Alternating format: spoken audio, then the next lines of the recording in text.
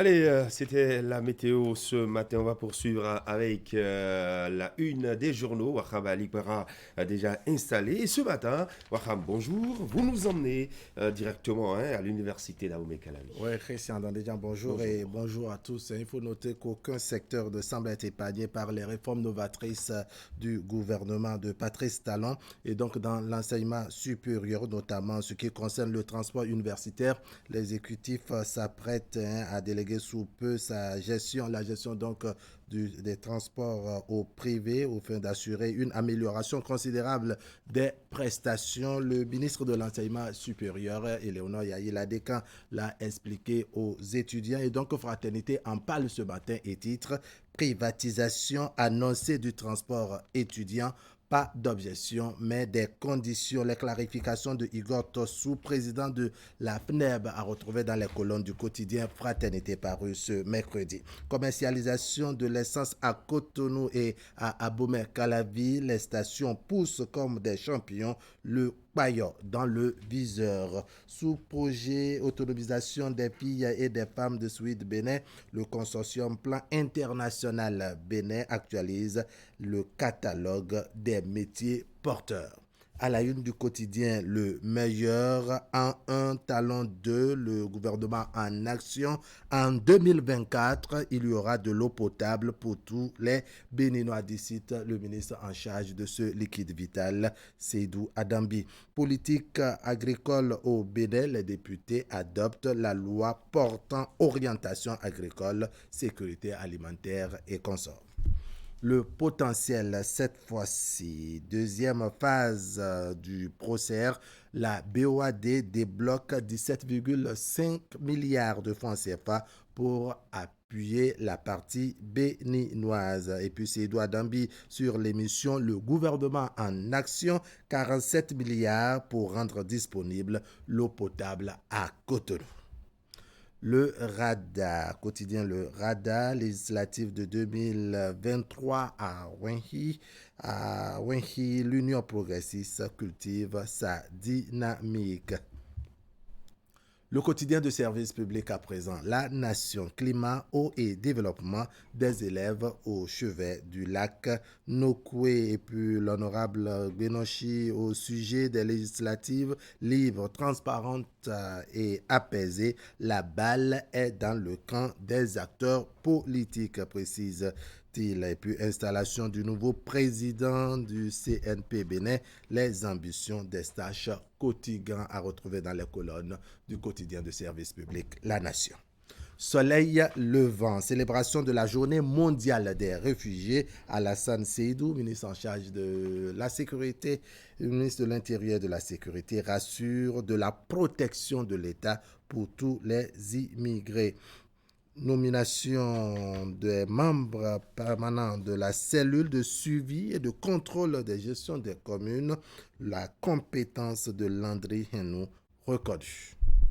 L'autre quotidien, prétendu limogeage du porte-parole du gouvernement, Wilfried Léandre Fongbedi, demeure bien au poste. Et puis baccalauréat, session de juin 2022, le préfet Alain Orunla et le maire de la ville de Cotonou, Luc Atropo, galvanisent les candidats du département du littoral. Le matinal, cette fois-ci, décentralisation des maires sans bilan après 2 ans d'exercice. La cellule de suivi et de contrôle pour inverser la tendance. Et puis, à Djoou, des agents collecteurs de droits et taxes suspendus. Nord-Sud quotidien, sédentarisation des ruminants, la BOAD alloue 17,5 milliards de francs CFA au Bénin. On verra de quoi cela retourne tout à l'heure dans le bulletin matinal de William Cliquant et dans le reste de nos éditions. Parlement, une loi sur l'orientation agricole, la sécurité alimentaire votée. Le Soleil Bénin Info. En un, talon 2, secteur de l'eau et des mines, le ministre Seydou Adambi, tout se passe au mieux. Voilà, Christian, tout rapide des parutions ce matin avec Fraternité qui revient sur cette idée du gouvernement de réformer, je dirais, le transport dans le monde universitaire. On parle de privatisation et Fraternité en parle. Privatisation annoncée du transport étudiant, pas d'objection, mais des conditions. Justement, l'annonce a été faite par la ministre de l'enseignement supérieur et de la recherche scientifique, Éléonore Yaïd Ladécan, sur l'émission Le gouvernement en action. Elle déclare, je cite, le transport des étudiants pourrait être confié au privé et ces privés vont résolument recevoir l'accompagnement de la part de l'État. Et à ce propos, Igor Tossou, président de la Fédération nationale des étudiants du Bénin, déclare, et je cite ses propos, si l'État a pour solution de confier le transport universitaire à un privé, il ne faudrait pas qu'on nous demande de supporter les coûts supplémentaires de transport. De ces propos, qu'est-ce que vous en dites, Wakabali Kwara? Vous savez, les étudiants sont méfiants et ils ont raison. Le gouvernement a dans l'idée donc d'améliorer les conditions de transport des étudiants, envisage confier ce secteur-là à un privé de manière à ce que le résultat attendu soit donné. Maintenant, les étudiants commencent par poser des conditions puisque en confiant ça au privé, il ne faudrait pas que le privé vienne plutôt, n'est-ce pas, à revoir le coût des transports chez les étudiants, surtout quand c'est revu à la hausse. Pour l'instant, pour les étudiants, c'est un acquis, le montant qui est fixé pour le transport. Donc, si le privé devrait venir et vouloir que les choses soient revues à la hausse, je crois que c'est de ça que parle le président de la CNEB et souhaite que les choses restent en l'état. Maintenant, l'amélioration, il n'est pas contre. On n'est pas contre, justement.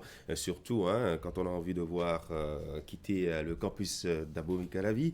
De nouveau, bus avec des conditions bien améliorées, mais le coût du transport est la principale préoccupation pour les étudiants. Et les stations poussent comme des champions. Le paillon dans le viseur, c'est une interrogation. Hein. Oui, il y a de quoi trouver d'interrogations et d'inquiétudes pour les vendeurs de l'essence dite frelatée. Le paillon, n'est-ce pas, qui petit à petit au moins a disparu aux abords des grandes voies, surtout dans la ville. C'est un grand constat. Voilà, dans la ville de Cotonou. Par le passé, ce qu'on a reproché aux dirigeants par le passé, c'est l'absence de ces stations, n'est-ce pas? Ces stations à beaucoup d'endroits, pendant qu'on faisait le combat de faire disparaître l'essence frelatée. Aujourd'hui, on ne parlera pas forcément de combat contre l'essence frelatée, mais on note que le fait que ces stations poussent par endroits, ça veut célébrer, je dirais, le deuil, petitement ou progressivement, de l'essence frelatée. On verra dans les tout prochains jours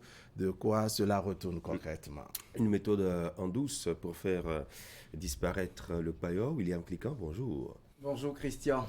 C'est le chant de Requiem. Hein. Je ne dirais pas qu'on veut partir comme Wahab. C'est déjà le Requiem. Il faut voir sur les grands as de Cotonou déjà. À chaque 1 km au plus, 500 mètres, vous voyez des stations-service. Oui. Et nos traditionnels vendeurs d'essence de contrebande aujourd'hui, ils le mettent dans des sachets d'emballage à la limite. Ils se dissimulent. Et c'est avec, je ne sais pas comment ils l'appellent, mais le filtre grâce auquel ils arrivent à mettre l'essence dans les réservoirs que Ils se font identifier. Ils se font identifier par ceux qui aiment toujours le paillot et son coût. Donc, carrément, je voudrais voir que progressivement et avec de la méthode, le phénomène part de lui-même avec l'installation de ces stations essence. Voilà, en fin d'édition, vous aurez votre revue de presse avec Assiomo Kanye Assiomo. Vous serez de retour en plateau tout à l'heure pour le forum de discussion. Wahab Ali Para. Et vous restez avec nous, William Cliquant, pour le mini-journal. Et dans les titres, le Bénin honore les réfugiés qui séjournent sur son territoire. La commémoration de la journée mondiale qui leur est dédiée a été effective. Les autorités béninoises ont échangé avec eux sur le droit d'asile. Préoccupation au cœur du thème international retenu cette année. Vous aurez des précisions et puis dons de machines agricoles aux familles du diocèse de Porto Novo par l'association religieuse Colping Bénin. Les matériels et équipements vont permettre la transformation de quelques produits agricoles, dont les noix de palme ou encore le manioc. C'est une initiative qui vise à autonomiser financièrement les ménages bénéficiaires. Le développement de tout ceci après ceci.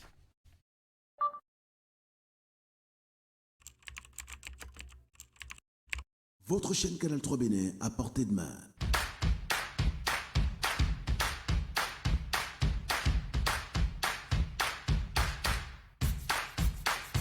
Découvrez désormais, depuis votre smartphone ou tablette, toute l'actualité nationale et internationale, vos émissions préférées de la chaîne Canal 3 en live 24/24, où que vous soyez, à travers son application disponible en téléchargement libre sur Play Store. Canal 3 et sur le www.canal3television.com. Vous êtes les bienvenus. Canal 3, la passion de l'image.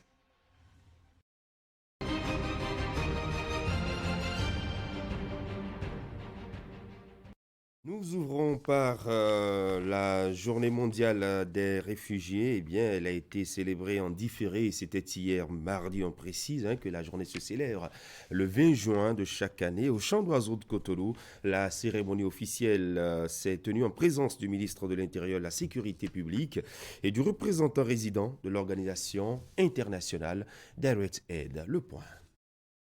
Comme tous les ans, le Bénin sacrifie à la tradition en célébrant la Journée mondiale des réfugiés. C'est autour du thème « Le droit de demander l'asile », occasion de sensibiliser toutes les classes sociales sur les droits des demandeurs. Pour le ministre de l'Intérieur et de la Sécurité publique, l'hospitalité et la protection des réfugiés est une affaire commune. À ce jour, 1778 réfugiés et 586 demandeurs d'asile vivent au Bénin. sous la protection du Haut Commissariat des Nations Unies pour les réfugiés et du gouvernement du Bénin. Le Bénin n'a jamais refoulé un seul demandeur d'asile.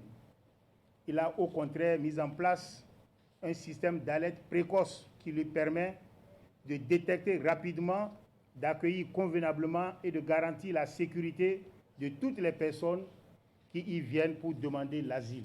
Je remettrai symboliquement une assistance humanitaire du gouvernement du Bénin aux réfugiés ici présents. Bien d'autres actions se font quotidiennement pour soutenir et améliorer leurs conditions de vie. À l'occasion, il est prévu des activités culturelles pour plus d'amitié et de brassage entre les différentes communautés de réfugiés. Pour ces derniers, c'est un moment de gaieté qui leur permet de se sentir comme chez eux. Je témoigne au nom de tous les réfugiés et à mon nom propre la profonde gratitude au gouvernement béninois qui nous a accordé la protection internationale avec l'appui du Haut Commissariat des Nations Unies pour les réfugiés. Avec mes sœurs et frères réfugiés ivoiriens, je souhaite que le statut cesse également pour les réfugiés des autres nationalités enfin, qu'ils retrouvent la joie de retourner dans leur pays d'origine.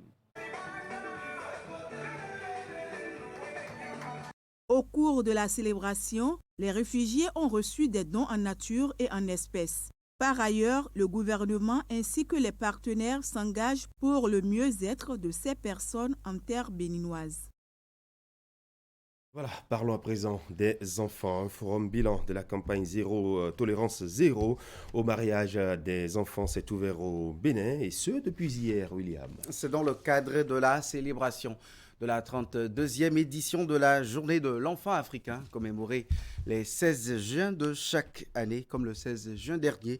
Le ministre des Affaires sociales et de la microfinance et ses partenaires techniques et financiers sont à l'initiative de ce programme lancé depuis 2017.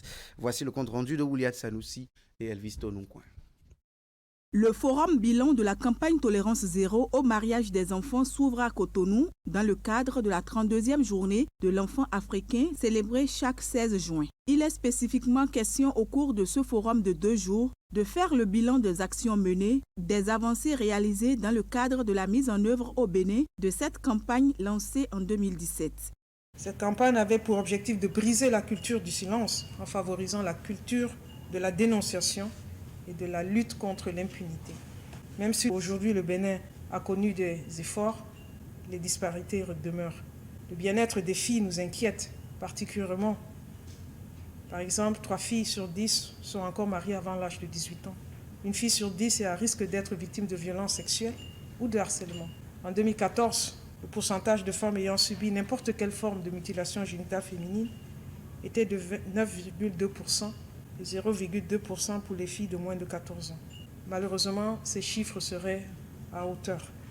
La protection des enfants reste une priorité pour le gouvernement.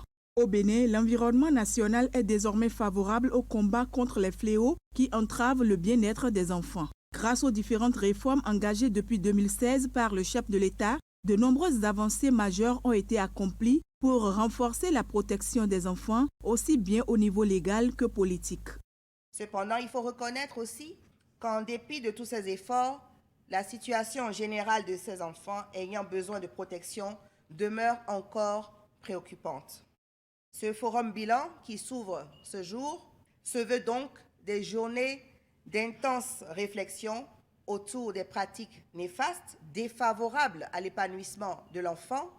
Et c'est l'occasion pour les participants de se pencher sur les différents défis afin de proposer des solutions adéquates. Il s'agit d'analyser les différentes composantes du système de protection de l'enfant au Bénin, dont, entre autres, les mécanismes de coordination multisecteur, les ressources humaines, financières et matérielles.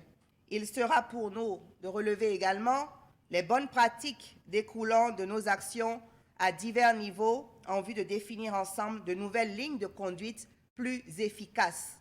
La conférence inaugurale de ce forum bilan porte sur le Bénin et les défis sur le mariage des enfants et les mutilations génitales féminines. L'autorité ministérielle espère que ce forum sera sanctionné par des recommandations qui permettront au Bénin d'enregistrer de nouveaux bonds en avant en matière de protection de l'enfant. Elle rassure d'ores et déjà de son engagement à porter les conclusions qui en découleront. Économie maintenant, le président de la Banque ouest-africaine de développement, BOAD, était au cabinet du ministre d'État chargé de l'économie et des finances hier mardi. Pour la circonstance, les deux personnalités ont paraphé certains documents, en l'occurrence, qui attestent de la collaboration sur les projets spécifiques entre la BOAD et le Bénin. L'exercice a été fait loin de nos caméras, mais au sorti de cette audience, l'hôte du ministre Romuald Wadani a confié à nos reporters le contenu de ces deux documents paraphés. On écoute Serge Ekwe. Il s'agit du sujet de GLO-JB, le projet de GLO-JB. Le deuxième, c'est une étude de faisabilité dans le domaine de l'agriculture et de l'énergie. Bien.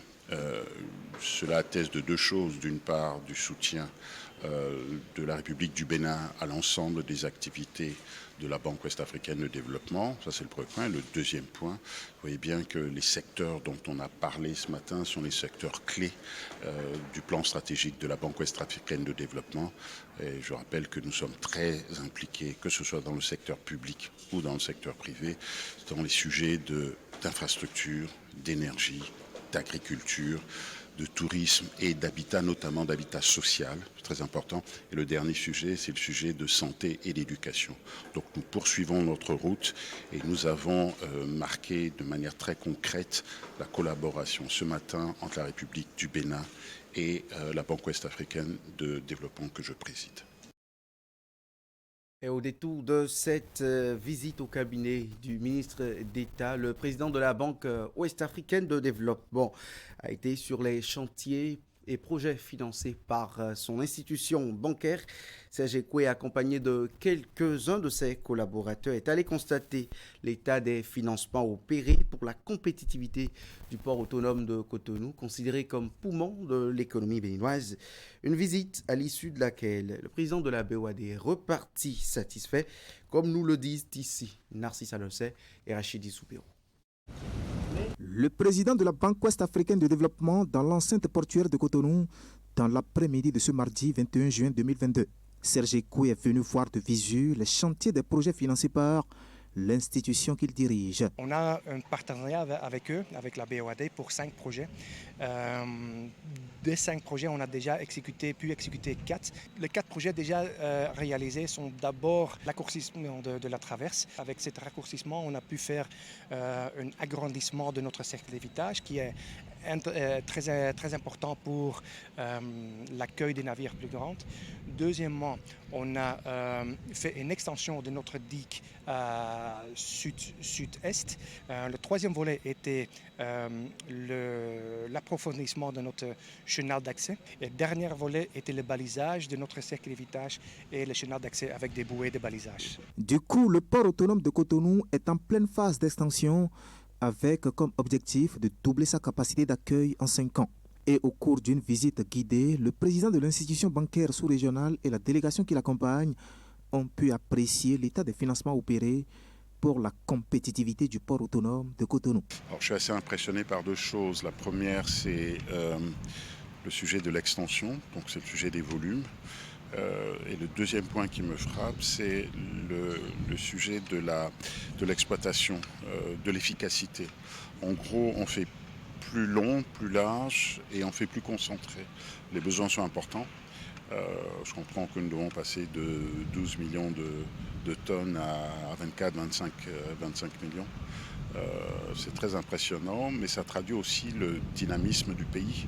Outre le port autonome de Cotonou, bien d'autres sites bénéficiant des financements de la BOAD sont inscrits dans l'agenda de l'hôte du Bénin au cours de son séjour. À ce jour, l'ensemble des engagements de la Banque ouest-africaine de développement au Bénin représente un peu moins de 900 milliards de francs CFA. Après la visite et la descente de Serge Ekwe, président de la BOAD au Bénin, parlons de cette œuvre caritative. C'est bien le don de machines agricoles à des familles du diocèse de Porto Novo, don émanant de l'association religieuse Kolping Bénin. Le geste a été fait pour aider à la transformation de quelques produits agricoles, les noix de palme et aussi le manioc. Le point de la cérémonie de remise dans ce reportage de Emma Rodon. Protège tes serviteurs et bénis ces machines, instruments de travail. 14 machines agricoles pour la transformation des noix de palme et du manioc au profit de 8 familles Kolping venues de plusieurs paroisses du diocèse de Porto Novo.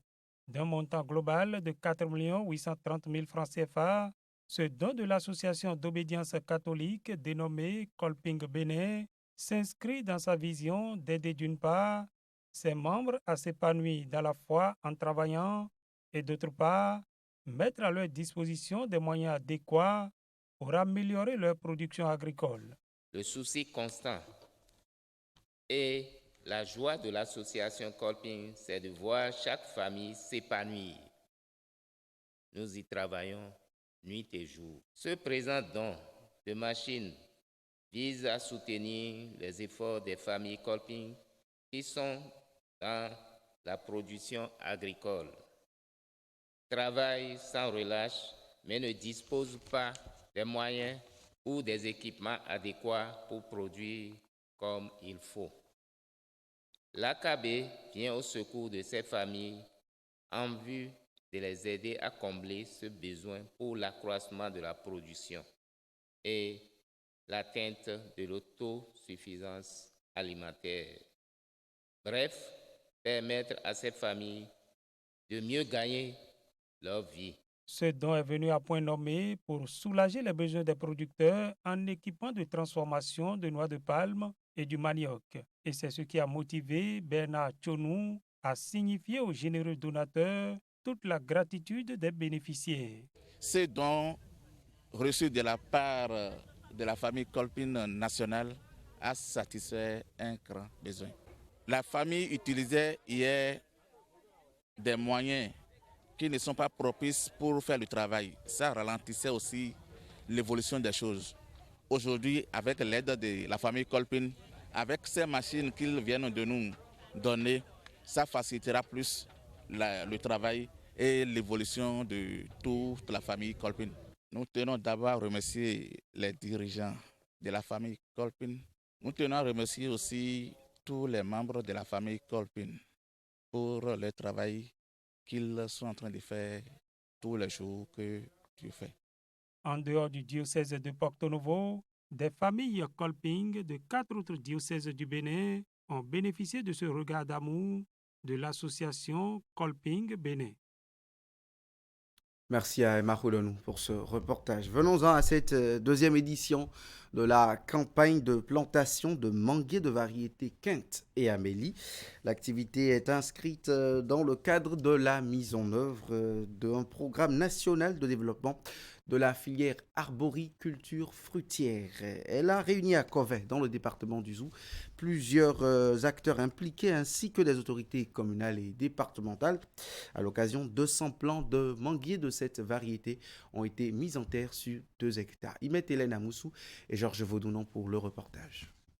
Très prisée avec une forte demande à l'international, la mangue depuis quelques années fait l'objet d'une attention particulière au Bénin. L'exécutif dans ses programmes d'action du gouvernement 1 et 2 a décidé de la mise en œuvre d'initiatives allant dans le sens de la promotion de la filière. Le but visé est de diversifier les sources de revenus des producteurs mais aussi les produits d'exportation. Ainsi, depuis 2019, les producteurs du Zou ont adhéré à cette filière par l'installation de nouvelles plantations de variétés Quinte et Amélie. Grâce à l'accompagnement du personnel de l'Agence territoriale pour le développement agricole ATDA Pôle 5, l'arboriculture fruitière a pris un nouveau départ. Depuis l'année dernière, une campagne de plantation de manguiers est d'ailleurs initiée. L'initiative est à sa 2e édition. Les variétés privilégiées sont celles Quinte et Amélie. Pour cette édition 2022, 200 plants ont été mis en terre sur une superficie de 2 hectares appartenant à un particulier.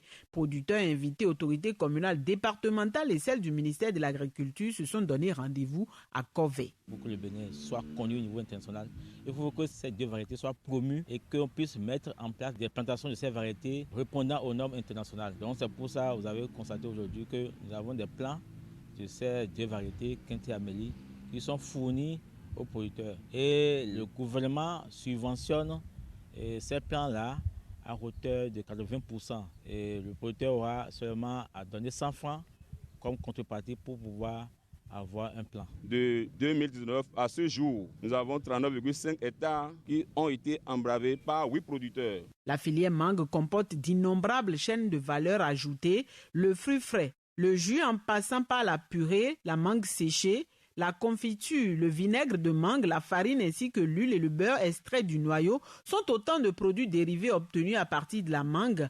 De plus, en Afrique, le Bénin est parmi les pays les mieux lotis en matière de production de mangue. Pourtant, le pays ne se compte pas parmi les 5 premiers producteurs en Afrique de l'Ouest. C'est dans cette veine que le DG et son équipe, avec l'appui du ministère et des différentes parties prenantes, ont doté la filière mangue d'un plan national de développement, ont élaboré le règlement technique annexe pour la production de plants greffés certifiés de manguiers, ont assuré le renforcement des capacités des pépiniéristes et les ont accompagnés pour obtenir un agrément. En outre, il est prévu l'acquisition et la mise en place de 1500 kits de pièges au profit des planteurs pour la lutte contre les mouches de fruits dans les vergers de manguiers et d'agrumes. La mise en place de 25 hectares d'unités pilotes de modèles d'irrigation soutenables et rentables dans les vergers de manguiers. La vision du gouvernement est de faire du Bénin un pays exportateur de mangue Quinte et Amélie en installant de grandes plantations de manguiers. Pour cela, de nombreuses réformes et initiatives se multiplient en vue de l'atteinte des objectifs. Dans un autre registre de l'actualité, les experts comptables, les comptables agréés des pays de la sous-région sont à Cotonou depuis ce lundi. Ils tiennent ici le 14e conseil d'administration de leur association ABOA en abrégé, c'est un sigle en anglais. Un conseil qui va être suivi d'une assemblée générale d'adoption des différentes résolutions issues des travaux. L'ouverture de la rencontre dans ce compte rendu. L'Ordre des experts comptables et comptables agréés du Bénin est au grand soin. Les membres accueillent leurs pairs de tous les autres États ouest-africains pour le 14e conseil d'administration de l'ABOA. L'ABOA, qui est la fêtière de toutes les associations nationales de ces professionnels des finances et des comptes dans les pays membres de la CEDEAO. C'est en cela qu'il est nécessaire, voire indispensable, que des réunions de fêtières soient régulièrement au plan sous-régional pour réorienter l'exercice de la profession afin d'apporter de la plus-value aux prestations fournies par les experts comptables. En se donnant comme objectif de promouvoir la croissance et de renforcer la profession comptable en Afrique de l'Ouest, dans l'intérêt public, l'ABOA a bien conscience qu'elle constitue et demeure un partenaire précieux dans la construction d'organisations et de marchés financiers forts et durables pour le développement de l'économie de la sous-région. Experts comptables, commissaires aux comptes et conseillers en gestion, officiant dans le public comme dans le privé et participant à ces travaux, vont procéder à une relecture des statuts de l'ABOA. 2 rencontres statutaires sont cumulativement ainsi organisées à cette occasion. Le Bénin a été choisi pour abriter cette réunion parce que le tour du Bénin, c'est le tour du Bénin. Au cours de cette assemblée, au cours de cette réunion, on examinera les nouveaux statuts de l'association. Compte tenu de l'environnement qui a évolué, les statuts ont été relus et seront adoptés au cours de cette assemblée. Et également, certaines questions d'adhésion au niveau de l'association seront évoquées. Et à la suite de ce conseil d'administration, l'Assemblée générale va se tenir pour, disons, adopter les résolutions prises au niveau du conseil et adopter également les comptes de l'association. Voilà, parce que nous sommes à la fin d'un exercice, les comptes vont être soumis à l'appréciation de l'Assemblée générale. Les travaux s'étendent sur plusieurs jours d'activité. Nous, on se retrouve demain, Christian, dans les gens. Et ce sera avec plaisir que nous vous accueillerons en plateau. Merci à vous, William Cliquant. Très bonne journée. Akime Ousseli, bonjour. Tiens, Adam Dejan, bien bonjour. Bienvenue. Avec vous, ce sera les sports. Et les sports, c'est après la pause pub.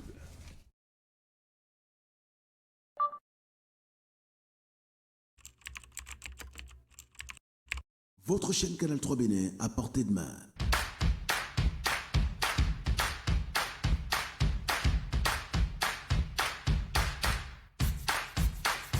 Découvrez désormais, depuis votre smartphone ou tablette, toute l'actualité nationale et internationale, vos émissions préférées de la chaîne Canal 3 en live 24/24, où que vous soyez, à travers son application disponible en téléchargement libre sur Play Store. Canal 3 et sur le www.canal3television.com. Vous êtes les bienvenus. Canal 3, la passion de l'image. Arturo, j'ai un secret enfoui en moi depuis des années. Catalina, je suis prêt à tout entendre. Tu n'es pas le père de... Livraison de gâteau. Bon anniversaire. C'est un moment décisif, il contre-attaque les nouveaux prix. Bon anniversaire. Ah, je crois qu'il y a un but. On sait que c'est toi qui as kidnappé la fille du président. À vous. Livraison de gâteau. Bon anniversaire. Canal Plus a 30 ans et on n'a pas fini de vous surprendre. Pour notre anniversaire, réabonnez-vous à votre formule et profitez de 30 jours à la formule supérieure. Et pour célébrer ensemble, Canal Plus vous offre chaque jour des abonnements de 30 mois.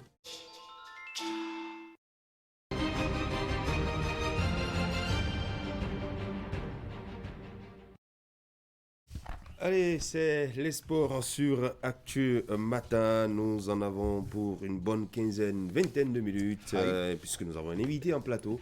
On va le découvrir dans un instant. Allez, Akime, on va démarrer par le tournoi de l'UFOA. C'est exact. Hier, on a eu droit aux rencontres des demi-finales de ce rendez-vous qui a lieu donc à Cape Coast, c'est au Ghana. C'est en rapport avec, bien évidemment, les éliminatoires et la participation des catégories d'âge à la CAN de U17 qui va se disputer donc du côté de l'Égypte. Hier, 2 demi-finales ont été disputées. Christian, le Nigeria a joué la Côte d'Ivoire et puis le Ghana. En deuxième heure, était l'adversaire à jouer le Burkina Faso. Résultat ainsi présenté, retenez que le Nigeria a pris le dessus sur la Côte d'Ivoire, 3-1. La Côte d'Ivoire est l'un des adversaires lors de la phase de poule des écureuils du Bénin. On rappelle que les écureuils ont enregistré le seule et unique victoire face à cette formation ivoirienne, c'était 3-2. La Côte d'Ivoire est sortie de la phase de poule et a disputé hier sa demi-finale. Malheureusement, elle a été battue par le grand voisin de l'Est, le Nigeria, et 3-1. La seconde demi-finale a mis aux prises le pays hôte donc de cette compétition, de ce tournoi UFOA B des U17. Et bien le Ghana a été battu par le Burkina Faso 1-0. Les deux qualifiés donc pour la finale de ces éliminatoires de ce tournoi UFOA Zone B, c'est bien le Nigeria qui affrontera le Ghana et ce sera bien évidemment le vendredi 24 juin 2022. Ces deux pays représenteront la zone B à la phase finale de la compétition de la CAN U17 qui va se disputer du côté de l'Égypte. Puisqu'on parle football, on va remonter un tout petit peu l'actualité ces derniers moments. C'est bien évidemment l'animation du marché du Mercato. On en parle avec cette fois-ci certains de nos internationaux pour faire constater, Christian, que l'international béninois Cécile d'Almeida, qu'on ne présente plus, a posé ses valises à Pau Football Club, en provenance bien évidemment de Valenciennes, où il a passé 5 ans après un coup passage du côté du CD et Tondela. On retiendra que l'international béninois va désormais arborer donc les couleurs, comme on le constate, de Pau Football Club. C'est pour un contrat d'une durée de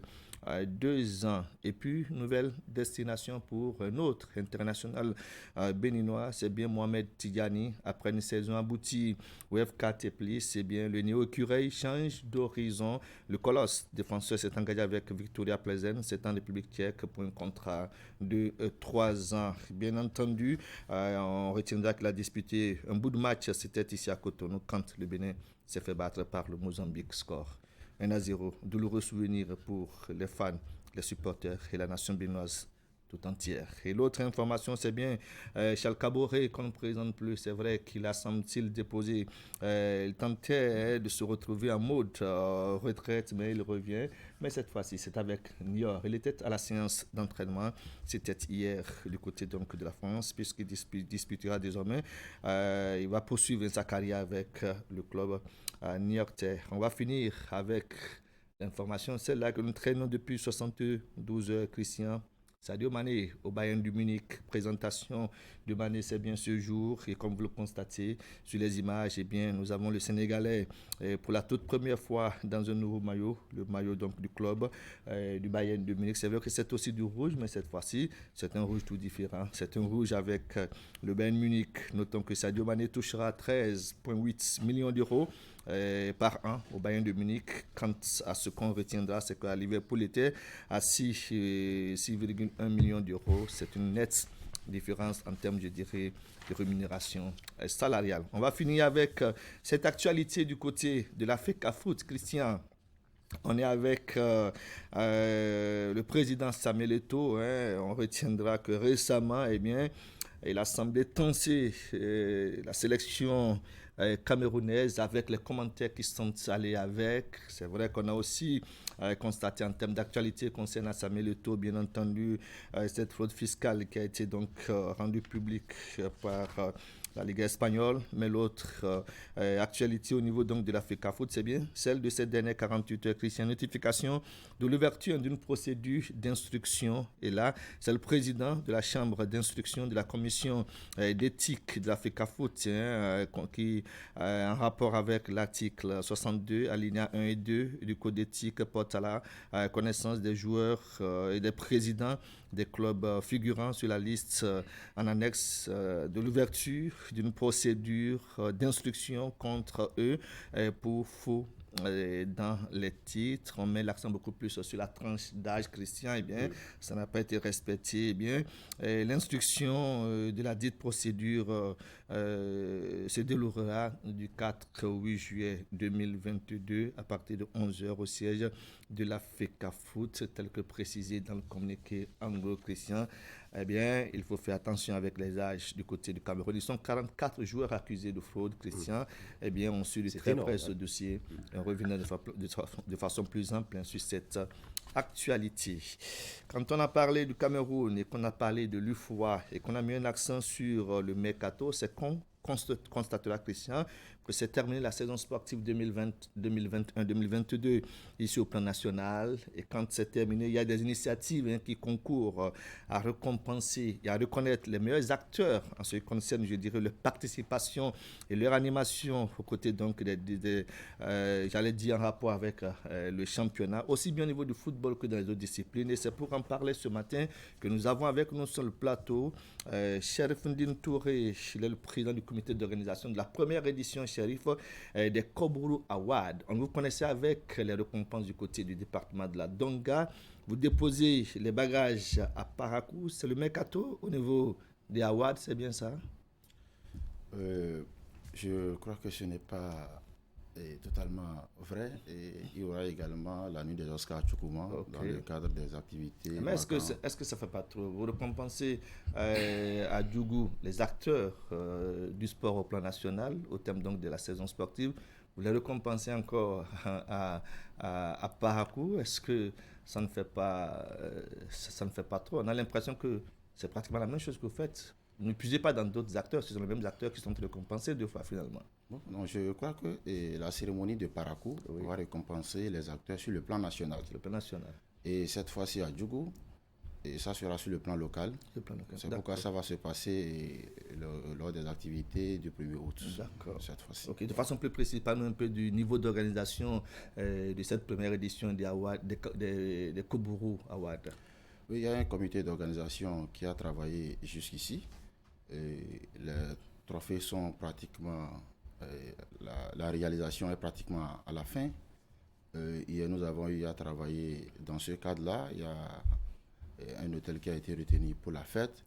Disons que pratiquement tout est fin prêt pour que la fête soit belle du côté de Parakou le 3 juillet prochain. Le 3 juillet prochain, nous en sommes encore à quelques jours. Pourquoi avoir fait l'option, vous, Chérif Ndine Touré, de récompenser les acteurs? Ce n'est pas seulement au niveau du football, je rappelle, vous êtes allé jusqu'au niveau des autres disciplines. Il y a le basketball, je crois qu'il doit y avoir aussi le hand et puis le volleyball. Bref, pourquoi avoir pris cette initiative alors que, eh bien, les présidents des fédérations, du moins les fédérations, sont quand même là pour récompenser aussi les différents acteurs qui ont pris part à la saison sportive? Oui, comme vous le constatez, il y a un vide à ce niveau-là. C'est vrai que la Fédération béninoise de football, par le passé, a eu l'initiative de récompenser quelques acteurs, mais depuis lors, rien n'a été fait. Donc moi, j'ai pris l'initiative depuis 4 années et je le fais de côté de Djougou. Donc cette fois-ci, il y a quelques sponsors qui ont voulu que la fête se passe à Parakou. Okay. Donc c'est comme ça que nous avons pris l'initiative de faire les Koburu Awards à Parakou cette année. Les Koburu Awards à Parakou cette année, c'est plusieurs acteurs qui seront récompensés. Comment a été fait le choix de nominer à ces Koburu Awards? Oui, par exemple, quand on prend le corps des journalistes, il y a des journalistes qui sont dans le comité, qui connaissent très bien, mieux que moi, le corps des journalistes. Donc nous avons pris 3 radios, 3 télévisions et 3 organes de presse écrites, plus 3 organes de presse en ligne. Donc, à ce niveau, ce sont ces journalistes-là qui sont dans le comité qui s'en chargent. Maintenant, au niveau du football, je suis un acteur principal du football. Donc, à ce niveau, je maîtrise un peu tout ce qui se passe dans le championnat. Donc, par catégorie aussi, nous avons pris 3 nominés par catégorie. Et dans les autres disciplines, telles que le hand, où on a déjà fini le championnat, nous connaissons les champions. Donc, à ce niveau, ce sont les champions qui seront récompensés. De même qu'au niveau du foot, naturellement, tout le monde sait aujourd'hui que Coton a été champion du Bénin. Okay. Donc, ils sont d'office primés. Il y a leur coach aussi. Voilà un peu comment est-ce que nous avons travaillé pour avoir les meilleurs. Vous avez travaillé pour avoir les meilleurs. Les meilleurs seront récompensés le 3 juillet prochain. C'est bien ça. Les trophées, tout ce qu'il y a autour, c'est quand même une débauche financière. Est-ce que Touré, Chérif Ndine, a suffisamment de moyens? C'est vrai que vous avez énoncé tout à l'heure des sponsors, mais quand on parle des trophées, quand on parle de récompenses, eh bien, ça demande beaucoup plus d'énergie. Oui, c'est vrai que ce n'est pas du tout facile, mais d'abord, il y a l'image du pays. On ne peut quand même pas être à la fin d'une saison sportive et rester sans rien faire. Donc moi, j'ai pris le devant. Et je crois que d'ailleurs c'est... Là, vous semblez être soutenu par certains responsables de clubs, certains présidents de fédérations. Est-ce qu'il n'aurait pas fallu que cette initiative soit aussi portée finalement par les instances fêtières de ces différentes... Bon, je crois qu'actuellement, ils sont en train de nous suivre. Et qu'après cette émission-là, ils auront quand même, comment on appelle-t-on, ce sens-là de m'approcher pour que ça se passe... Vous avez l'expertise dans la matière finalement. Ah oui, allez-y. Bon, moi, je crois que je suis en contact avec pratiquement tous les présidents de fédération. Okay. Et hier, on a eu le temps d'échanger un peu. Je leur ai rappelé que nous sommes à quelques dizaines de jours de l'événement. Et que pour que la fête soit belle, il faut que tout le monde mette la main à la pâte pour que nous ayons vraiment une fête digne du nom. Et le 3 juillet prochain. Vous n'êtes pas sans savoir aussi que la Fédération béninoise de football est pratiquement à 2 mois de la fin de son mandat. Exactement. Donc, nous avons choisi une dizaine de personnalités de football que nous allons récompenser pour le travail qu'ils ont quand même fait pendant ces 4 dernières années. Okay. Le 3 juillet, c'est dans quelques jours, on sera à l'approche, je dirais quoi, nous serons déjà en pleine vacances. Vous êtes rassuré de la disponibilité des différents acteurs qui ont été nominés pour faire le déplacement de la commune de Parakou? Oui, et nous sommes en contact avec pratiquement tous les nominés. Il y aura les nominés et puis il y aura ceux qui sont là pour être primés directement. La Fédération béninoise de football tient une AG le 4 à Ndali. Donc je crois que l'occasion est vraiment bonne pour organiser cette fête-là. C'est vrai qu'il y a le hand, le volley, le basket, le football féminin. Voilà, le football masculin naturellement qui d'ailleurs prend la grande part. Okay. C'est pourquoi nous avons choisi cette date-là Je crois que c'est la veille déjà de l'AG. Pratiquement tout le monde sera à Parakou pour cette fête. Voilà, on attend de nous retrouver le 3 juillet prochain pour la première édition des Koburo Awards. Vous êtes, je rappelle, en même temps, président d'un club de football qui a préparé au championnat saison 2021-2022. Vous avez été reversé pour la Ligue Pro Suite. In extremis, vous avez sauvé votre saison. Parlez-nous un peu de ce que ça a été cette saison avec vous en tant que président pour un club qui a connu plusieurs présidents, un premier qui est venu, je vais parler de Liassoum, déposé entre-temps, le poste a été récupéré par Kongaku qui se trouvait être le président donc, de Dynamique. Enfin, celui qui se trouvait être, je dirais quoi, la tête de pont des initiatives au niveau donc, de ce club, c'est Touré qui revient prendre donc le portefeuille. Est-ce que ça a tout l'air de ce que vous semblez l'avoir dans votre viseur, mais vous avez fait un peu du micmac, finalement président du club. Dites-nous comment ça s'est passé. D'abord président du club et puis ensuite la saison, comment vous l'avez gérée? Bon, je crois que en réalité au départ ce n'était pas ma vision.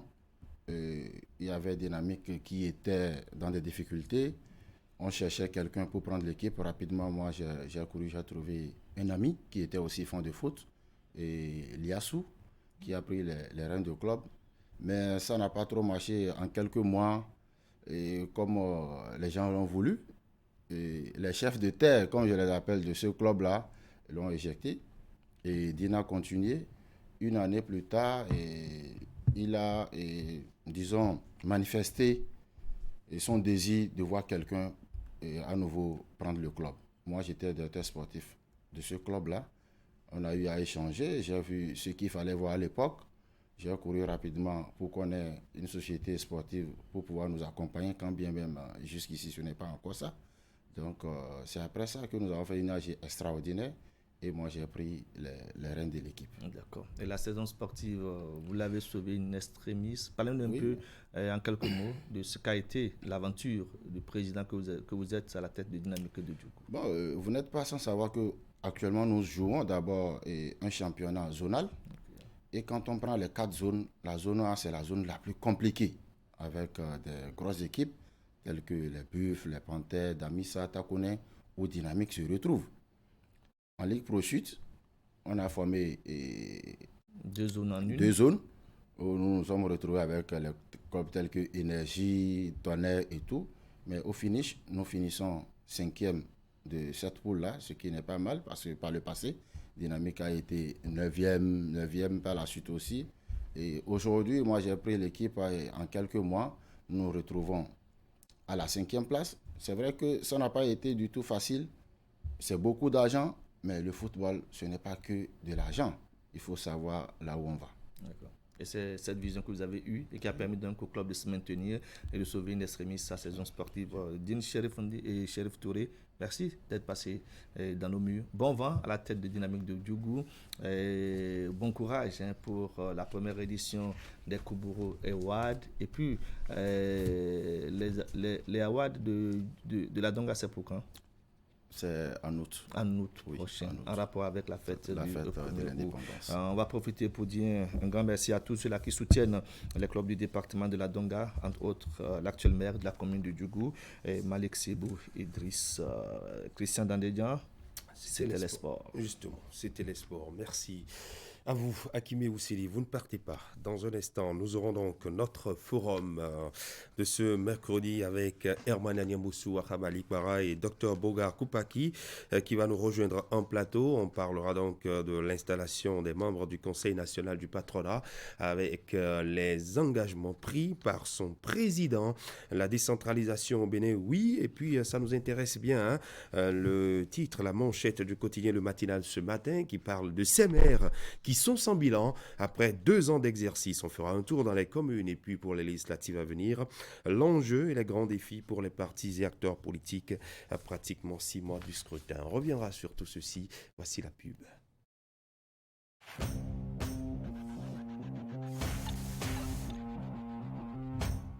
Chers clients, partenaires et abonnés du groupe de presse Fraternité, pour toute commande et information relative à nos produits et prestations à Fraternité FM, Fraternité, Canal 3 Télévision, appelez les numéros suivants aux heures et aux jours ouvrés.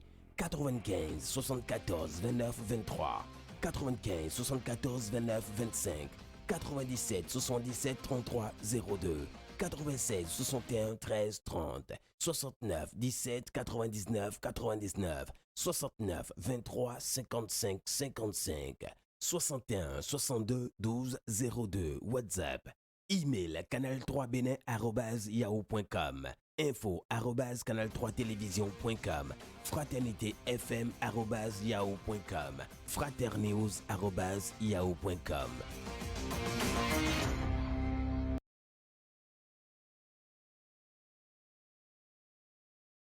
Arturo, j'ai un secret enfoui en moi depuis des années. Catalina, je suis prêt à tout entendre. Tu n'es pas le père de...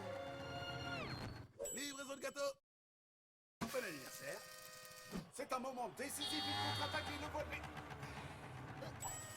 Bon anniversaire. Ah, je crois qu'il y a un but. On sait que c'est toi qui as kidnappé la fille du président. À vous. Livraison de gâteau. Bon anniversaire. Canal Plus a 30 ans et on n'a pas fini de vous surprendre. Pour notre anniversaire, réabonnez-vous à votre formule et profitez de 30 jours à la formule supérieure. Et pour célébrer ensemble, Canal Plus vous offre chaque jour des abonnements de 30 mois.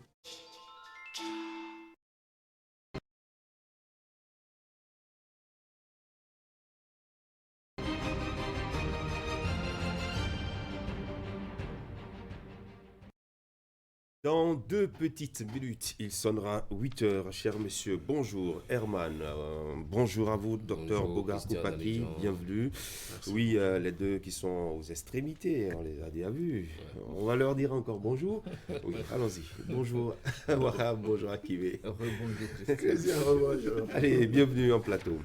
Ce matin, nous aurons 3 sujets à aborder. D'abord, on va parler du Bénin économique avec le Conseil national du patronat qui s'occupe donc du secteur privé et qui entre dans une nouvelle dynamique puisqu'hier déjà les 8 membres du bureau ont été véritablement installés et le CNP Bénin veut se lancer dans un nouveau pacte entre le secteur privé et le secteur public pour un Bénin économiquement fort. Vous étiez donc à ce rendez-vous d'installation Herman Parfait à Niamboussou.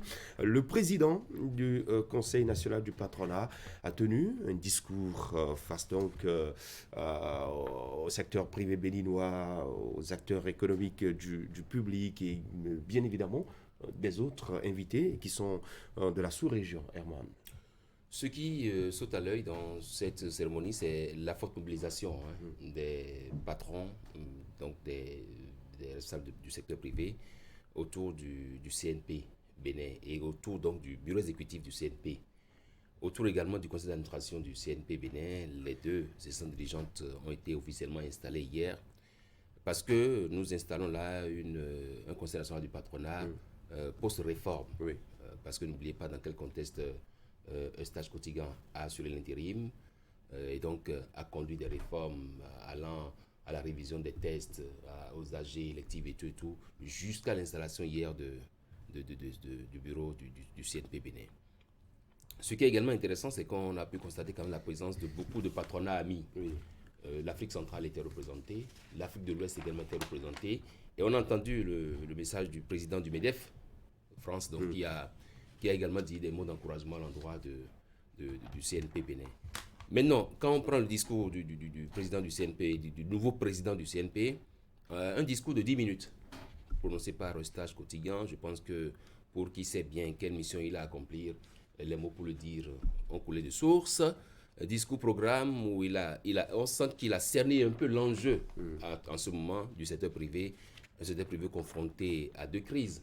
La crise sanitaire du Covid-19 et la crise mondiale entraînée par tout ce que vous savez également. Donc je pense que l'un mis dans l'autre, on sent que c'est un président du CNP qui est prêt à redorer le blason du CNP Bénin. Il a parlé des différents actes de son discours, mais ce que je retiens d'essentiel, c'est qu'il parle de réconciliation du secteur privé. Faire en sorte que les patrons d'entreprise puissent aller vers une réconciliation parce qu'il est conscient que c'est de cette réconciliation que sortira l'épanouissement, la compétitivité, que sortiront donc tous ces éléments pour qu'un secteur privé retrouve ses formes Je pense que c'est ce qu'on peut retenir de la cérémonie d'hier. Il y a d'autres éléments sur lesquels on pourra revenir. Oui, justement, avec ce tableau que vous venez de nous présenter, un résumé donc de ce qui a été fait et dit hier au Palais des Congrès de Cotonou. Et ces propos forts, ces mots forts, et vous l'avez d'ailleurs rappelé, du président du CNP Bénin, Gustave Eustache Cotingan, l'avantage d'être un acteur économique aussi important qui maîtrise la chaîne. Wahab. Oui, c'est un acteur qui maîtrise la chaîne. Moi, je voudrais faire un pas en arrière pour mettre un accent sur la mission, n'est-ce pas, qui attend cette nouvelle équipe qui d'abord a été, rencontrer le chef de l'État. Quand on va au sommet rencontrer le patron de l'exécutif, ça veut dire qu'on attend beaucoup de vous. Donc, comme Herman l'a souligné, on a noté à travers donc, les propos, le discours, 10 minutes, comme l'a dit Herman, on a senti qu'il a pris la mesure de la situation. Quand on met l'accent sur la réconciliation, vous aurez noté que, je dirais, cette forme de fissure, j'exagère à peine, entre les patrons des entreprises privées a coûté aussi bien à ces mêmes acteurs, à ces mêmes patrons, qu'aux ouvriers, pour être terre à terre. C'est-à-dire que ça a porté un coup à tous ces acteurs-là, à la chaîne de production dans le secteur privé. Et quand on travaille à coller les morceaux, à ce qu'il y ait réconciliation, c'est tout le monde qui gagne. Et patrons d'entreprise, et ouvriers, et tous les acteurs de la chaîne de production. On a noté, n'est-ce pas, que le coronavirus a eu bien d'effets, n'est-ce pas, dans tous les secteurs. Le secteur privé s'est réveillé, bien que difficilement, mais on a tenu. Et donc, quand on prend la mesure de la situation, on se rend compte qu'aujourd'hui, quand on parvient à coller les morceaux, quand on parvient à se réconcilier, les objectifs soulignés, les objectifs attendus peuvent être atteints. Oui, Bogar Koupaki, vous suivez tout cela aussi. Oui, Christian, j'ai suivi parce que vous n'êtes pas sans savoir que nous sommes à l'aide des réformes. Depuis 2016, il n'y a aucun secteur qui est quand même relégué au second rang. Aucun secteur d'activité n'est épargné. Et lorsque vous savez également que nous sommes dans un contexte aussi spécifique et spécial en matière de situation économique mondiale, lorsqu'on parle de la crise mondiale dont nous parlons après la crise sanitaire, avec tout ce que nous avons comme des enjeux sécuritaires, il va falloir véritablement, nous sommes nez à nez avec des difficultés, la cherté de la vie, qui est un aspect également mondial. Il va falloir véritablement trouver des solutions chocs pour pouvoir aller. Je pense que d'abord les réformes annoncées au niveau du patronat par rapport à tout ce qui est de mieux faire les choses a été ressenti dans quand même le discours de 10 minutes, comme le précisait tout à l'heure Parfait Manania Bossou. Et on a constaté également que le président Eustache Cotingan a bien voulu compter sur ses pairs, et il était aussi important de savoir que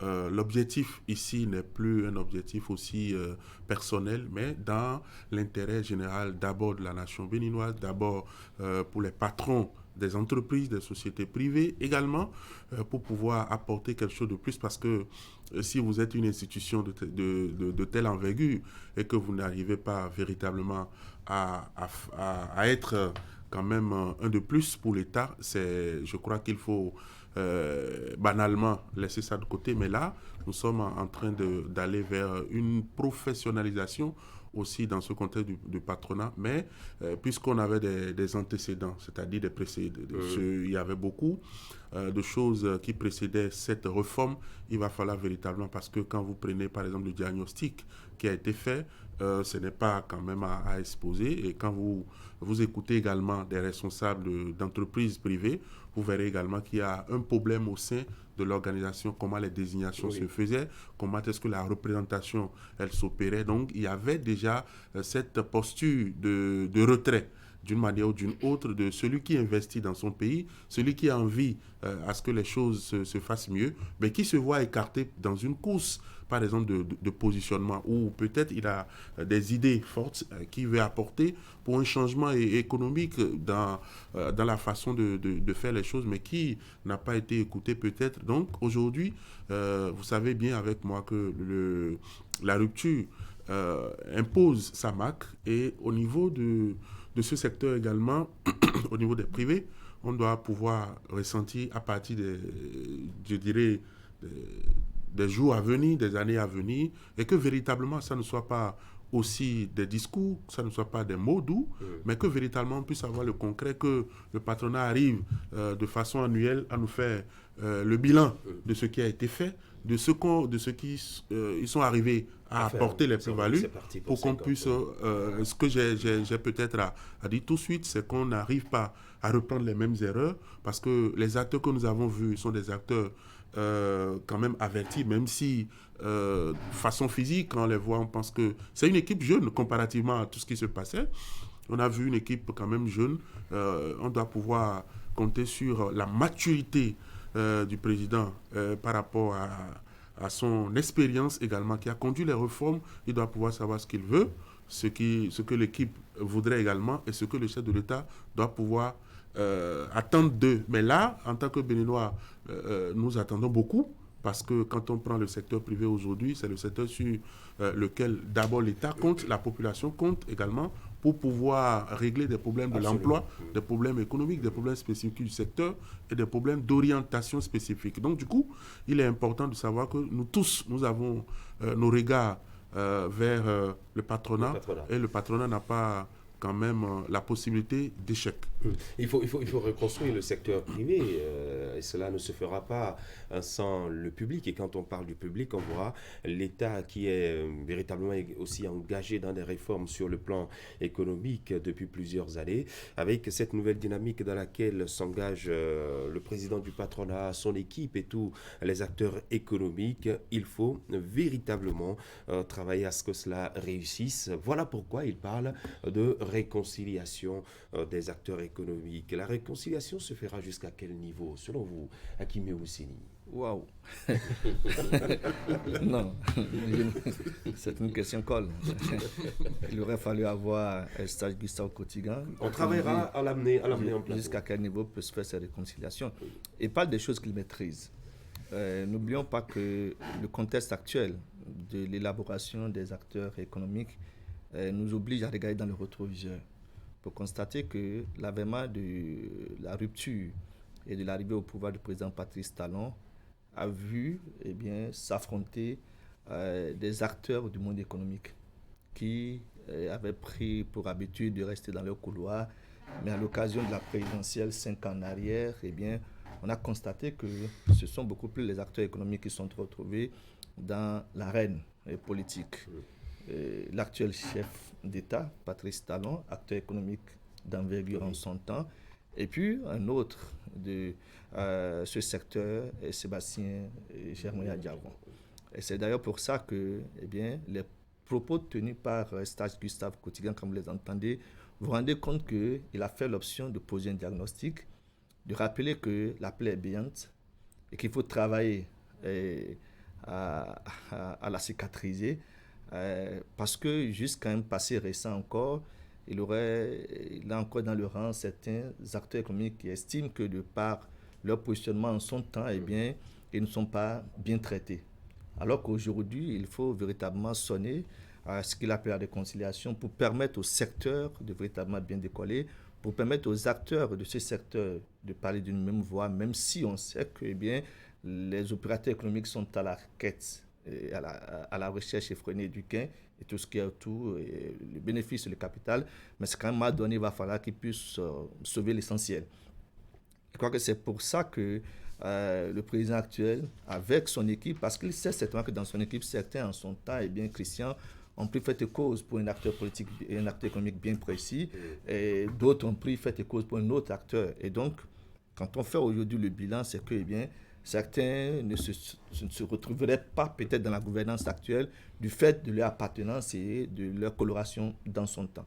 Je veux espérer que, comme vous l'avez dit, que le président actuel, Eustache Gustave Cottigan, travaille et ait les leviers nécessaires. Il en a d'ailleurs, parce qu'il a fait partie du CNP dernier, il a conduit la transition et aujourd'hui, eh bien, c'est lui qui se trouvait être président élu. Donc, il a tellement d'éléments qui lui permettent, Christian, d'échanger avec les autres du monde économique et les rassurer de ce que, eh bien, c'est une ère nouvelle et c'est un comportement nouveau, c'est une réalité nouvelle et c'est des engagements nouveaux qu'il faut prendre pour véritablement sauver la maison secteur économique. Si ce n'est pas fait ainsi, eh bien, certains mourront de leur propre mort et ce n'est pas bien pour, je dirais, le tissu économique national. Donc, je crois que c'est un diagnostic bien posé et je suis rassuré.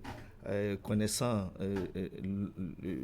le président et mettant aussi l'accent, comme il a dit, sur l'expérience et beaucoup plus de langage dont il va faire montre que eh bien, la réconciliation sera chose effective au grand bonheur donc, du secteur économique, au grand bonheur de tous les acteurs, bien entendu. Et parce que si ça se passe bien au niveau donc, de ce secteur, Christian, c'est notre économie qui en reçoit, et je dirais un coup positif. Exactement. Donc, il ne serait pas intéressant de voir eh bien, les acteurs mettre les clés sous le paillasson, du fait, je dirais, d'une situation quand même qui doit être complètement conjuguée au passé, bien évidemment. Et donc, quand ça va être fait ainsi, Christian, je suis sûr que d'ici 2-3 ans, eh bien, c'est le président actuel, Eustache Gustave Cottigan, qui sera porté en triomphe, parce que véritablement, il aurait réussi à coller les morceaux, parce que les morceaux, si ce n'est pas collé, tel que ça se vit en ce moment, ça ne va pas être intéressant.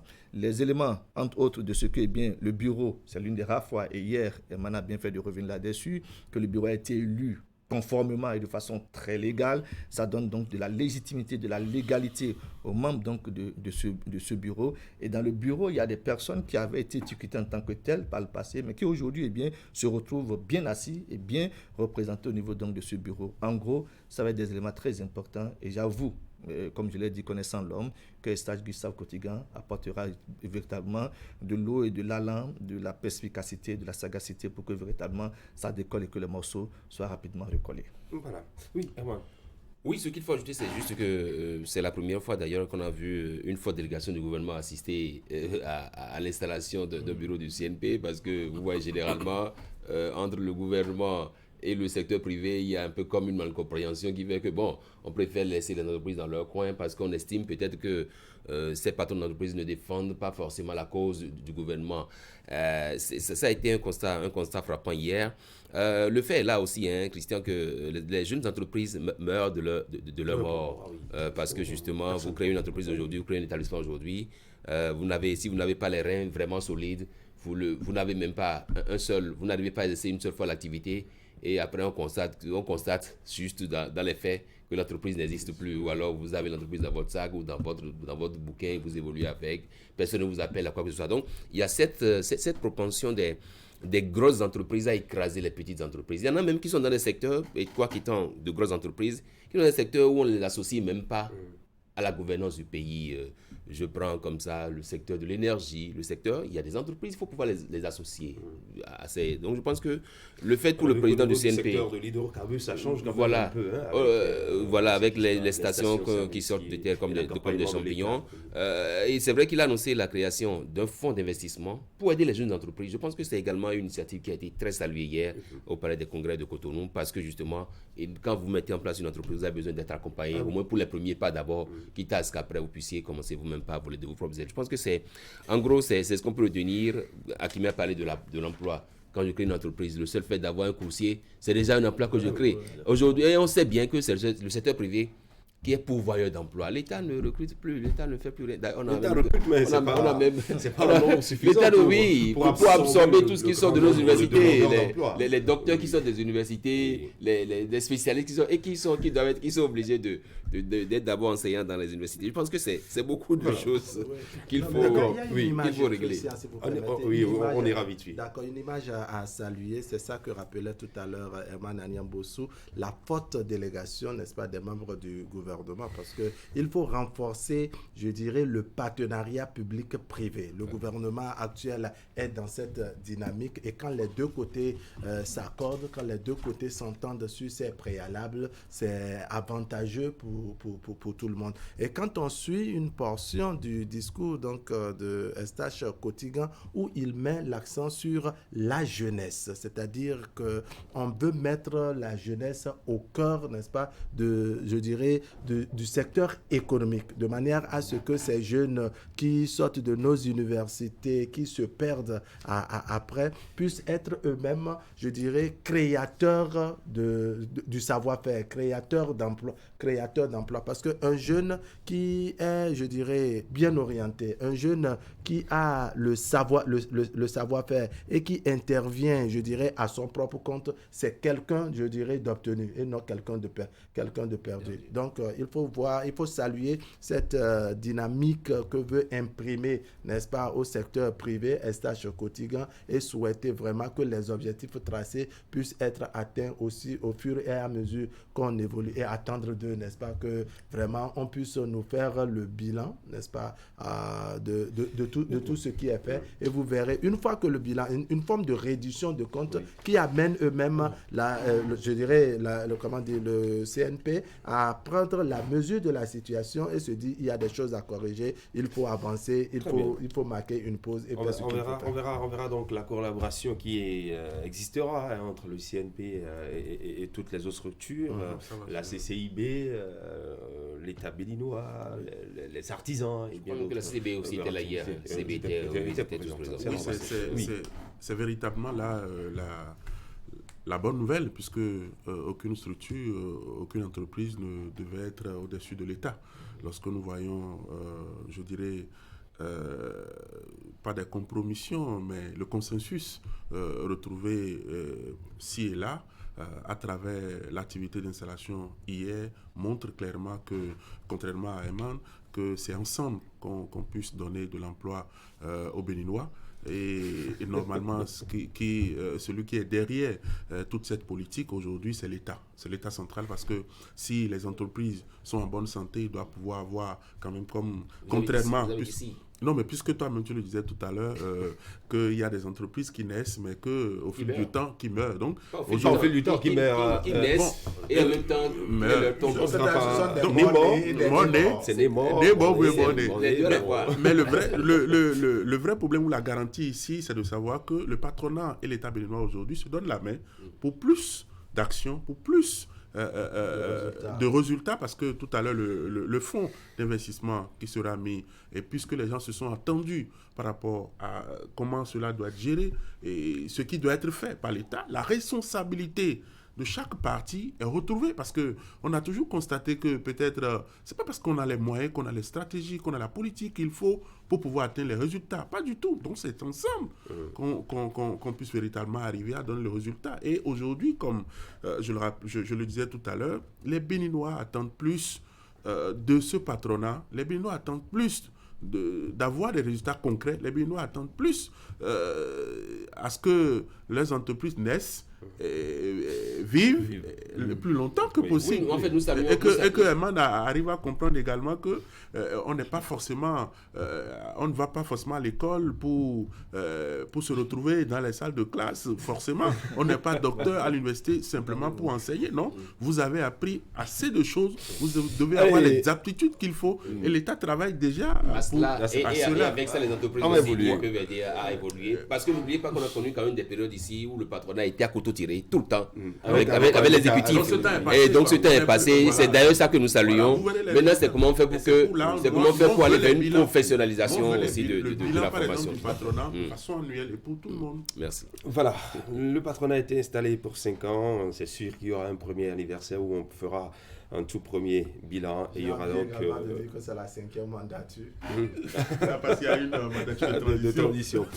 Allez, on va faire un tour dans nos communes. On sait qu'au Bénin, il y en a 77. Et je commence avec cet article, le tout premier paragraphe, mais les 2 premières phrases de cet article du quotidien Le Matinal, le journal que nous verrons à l'écran tout à l'heure avec la réalisation, qui dit « Des communes stationnaires avec à leur tête des maires sans ambition et sans esprit de développement », c'est bien le triste constat qui se dégage du tableau que présentent les communes 2 ans après leur installation, l'installation des maires. Messieurs, que vous inspire ce constat? En avez-vous fait de même?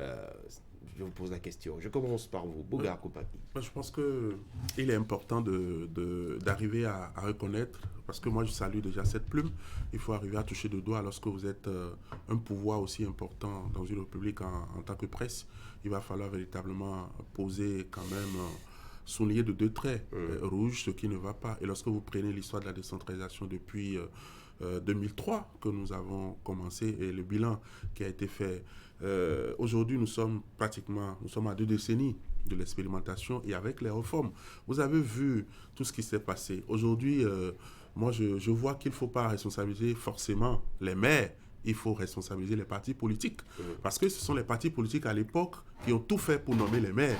Et aujourd'hui, la responsabilité ne compte plus. Je suis un peu amer ou sévère dans ce que je dis, mais il faut avoir le courage de dire qu'aucun maire n'est là sans la politique préalable de son parti politique, puisque à un moment donné, nous avons vu dans ce pays comment est-ce qu'on a dû interrompre le processus des élections au niveau de la tête de nos mairies pour pouvoir faire des désignations de façon directe au sein des partis politiques. Donc, la responsabilité aujourd'hui incombe aux partis politiques et le maire qui est là représente son parti. Donc, on doit pouvoir commencer par distinguer. Aujourd'hui, quand vous voyez le bilan en matière de gestion au niveau de nos collectivités locales, au niveau de nos mairies, on voit, et c'est bien clair, que les gens n'ont pas d'ambition et surtout avec l'annonce des réformes, heureusement, qui ont pris corps à partir du mois d'avril, il y a exactement 2 mois, que tous les maires pratiquement sont prêts à saboter. Au fond, le seul qui voulait les réformes, c'est le maire de Pomassé, qui a voulu qu'on décrypte tous les détails autour de cette affaire avant qu'il ne se lance. Mais les autres qui ont eu quand même une manière d'hypocrisie pour avoir accepté tout ce qu'il faut, mais aujourd'hui, c'est eux qui mettent les convocations sur les réseaux sociaux, c'est eux qui mettent telle chose, tel aspect d'un secrétaire exécutif sur les réseaux sociaux. Mais quand vous faites ça en tant que maire, quand vous n'avez pas la capacité d'une bonne politique interne, si vous n'avez pas cette option de développer votre localité, nous ne sommes plus à l'ère de l'ancienne décentralisation où un maire peut venir d'une autre localité. Oui. Vous êtes le fils du terroir. Vous avez bien voulu devenir quelque chose. Vous avez des réformes, vous avez des ambitions, vous avez des convictions. Vous êtes là. Vous êtes battu pour vous retrouver conseiller communal.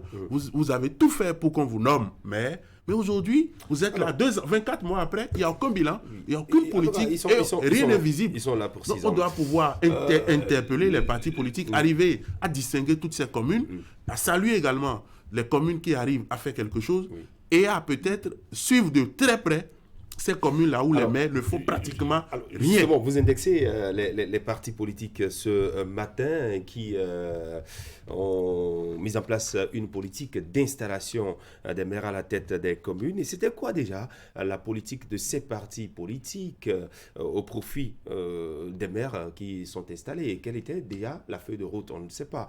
Je vous renvoie au discours tenu par la plupart des maires lors de leur installation il y a de cela 2 ans pratiquement, où chacun était venu montrant bien évidemment son ambition pour booster la commune ou les communes, mais malheureusement à l'arrivée on peut compter du bout des doigts les communes où véritablement ça bouge. D'autres travaillent à effacer, je dirais, les communes de la carte du Bénin, puisqu'on n'entend plus véritablement parler de ces communes en termes d'activité. Les maires qui portent juste le titre de maire, Warabali Para. Oui, Christian Adandéjan, d'abord, il y a que toutes les communes ne sont pas logées à la même enseigne. Ça, on le sait. Ça, c'est connu. Justement. Il y a des maires qui, bien que leur commune bénéficie d'un statut particulier ou statut ordinaire ou intermédiaire, n'est-ce pas, parfois restent les bras croisés. Cependant, on peut reconnaître, et Bouga Koupaki l'a souligné tout à l'heure, qu'il y a au moins de ces maires qui font des efforts. Mais il y a certains maires que vous ne voyez même, vous ne lisez même pas sur les réseaux sociaux. C'est-à-dire qu'il n'y a aucune politique de développement qui soit tracée. Or, moi, j'interprète, n'est-ce pas, le système de la décentralisation comme une forme de bras opérationnel de l'État central. L'État ne pouvant pas tout faire, l'État ne pouvant pas être partout, il faut les fils du terroir pour bien notifier, bien souligner les problèmes, réalités et difficultés de leur localité, tracer un plan de développement à même de corriger ces difficultés, à même d'apporter la solution à ces difficultés. Mais lorsque vous avez de ces maires qui ont même des difficultés, n'est-ce pas, à reconnaître, d'abord à bien prononcer les quartiers de leur commune, il y a un véritable problème. Et ça, on a fait journée. Ils sont pas là pour prononcer les noms des quartiers. Non, il faut connaître son terreau. C'est-à-dire ceux-là qui bombent le torse, moi c'est mes filles, Jimmy Dofi, vous voyez des trucs comme ça. Et pourtant, là où on les a dit, là où on les a mis au monde là, ils ne maîtrisent pratiquement rien. Vous posez la question à un maire qui est en train de faire journée de l'arbre. Et il a regardé près de 30 secondes, n'est-ce pas, autour pour que quelqu'un lui donne le nom de l'arrondissement où il est en train de mettre de plan en terre. Il y a un véritable problème qui se pose à ce niveau. Oui. Et là, franchement, ça paraît banal, ça vous fait piaffer de rire, mais c'est une vérité. Maintenant, la plus s'annonce. Vous avez de ces mecs qui restent bras croisés, n'est-ce pas, chef d'arrondissement et autres, c'est-à-dire toute l'équipe qui reste bras croisés sans faire le minimum qu'il faut pour que l'accès, les voies de contour, justement, c'est une question de moyens. N'oubliez pas. Oui, Christian, à quel moment ces maires dont nous parlons, vous les avez entendus, n'est-ce pas, dire nous avons des difficultés, nous avons besoin. Vous avez commencé vos propos en disant, Wakamali Para, que toutes les communes ne sont pas logées à l'enseigne. Donc c'est normal que puissent se cacher derrière le titre pour... Justement, c'est pour dire quoi, que même un maire qui est dans une commune à difficulté a quand même le minimum qu'il faut pour faire entendre, n'est-ce pas, à ceux qui doivent mettre les moyens à sa disposition. Maintenant, on ne va pas tout attendre de l'État. Il y a de ces maires qui ont, je dirais, le management qu'il faut, qui ne se contentent pas seulement, je dirais, des fonds PADEC ou de ce que l'État convoie au niveau donc des mairies et qui envisagent, n'est-ce pas, initie des voyages, des contacts avec d'autres communes de l'extérieur, à l'effet, n'est-ce pas, je dirais, de créer une forme, je dirais, de partenariat, de coopération avec voilà, coopération décentralisée. Et ça a un résultat. Quand vous, je ne voudrais pas citer pour créer de jaloux, ni de mécontents, mais il faut reconnaître effectivement que dans nos communes, dans certaines communes, ça bouge. Pour d'autres, on se demande si ce sont vraiment des communes. Non, ce que vous posez comme question, ça me rappelle un peu cette tournée gouvernementale où une délégation était allée dans l'Ouémé et les populations disent qu'elles ne veulent pas de la diaspora.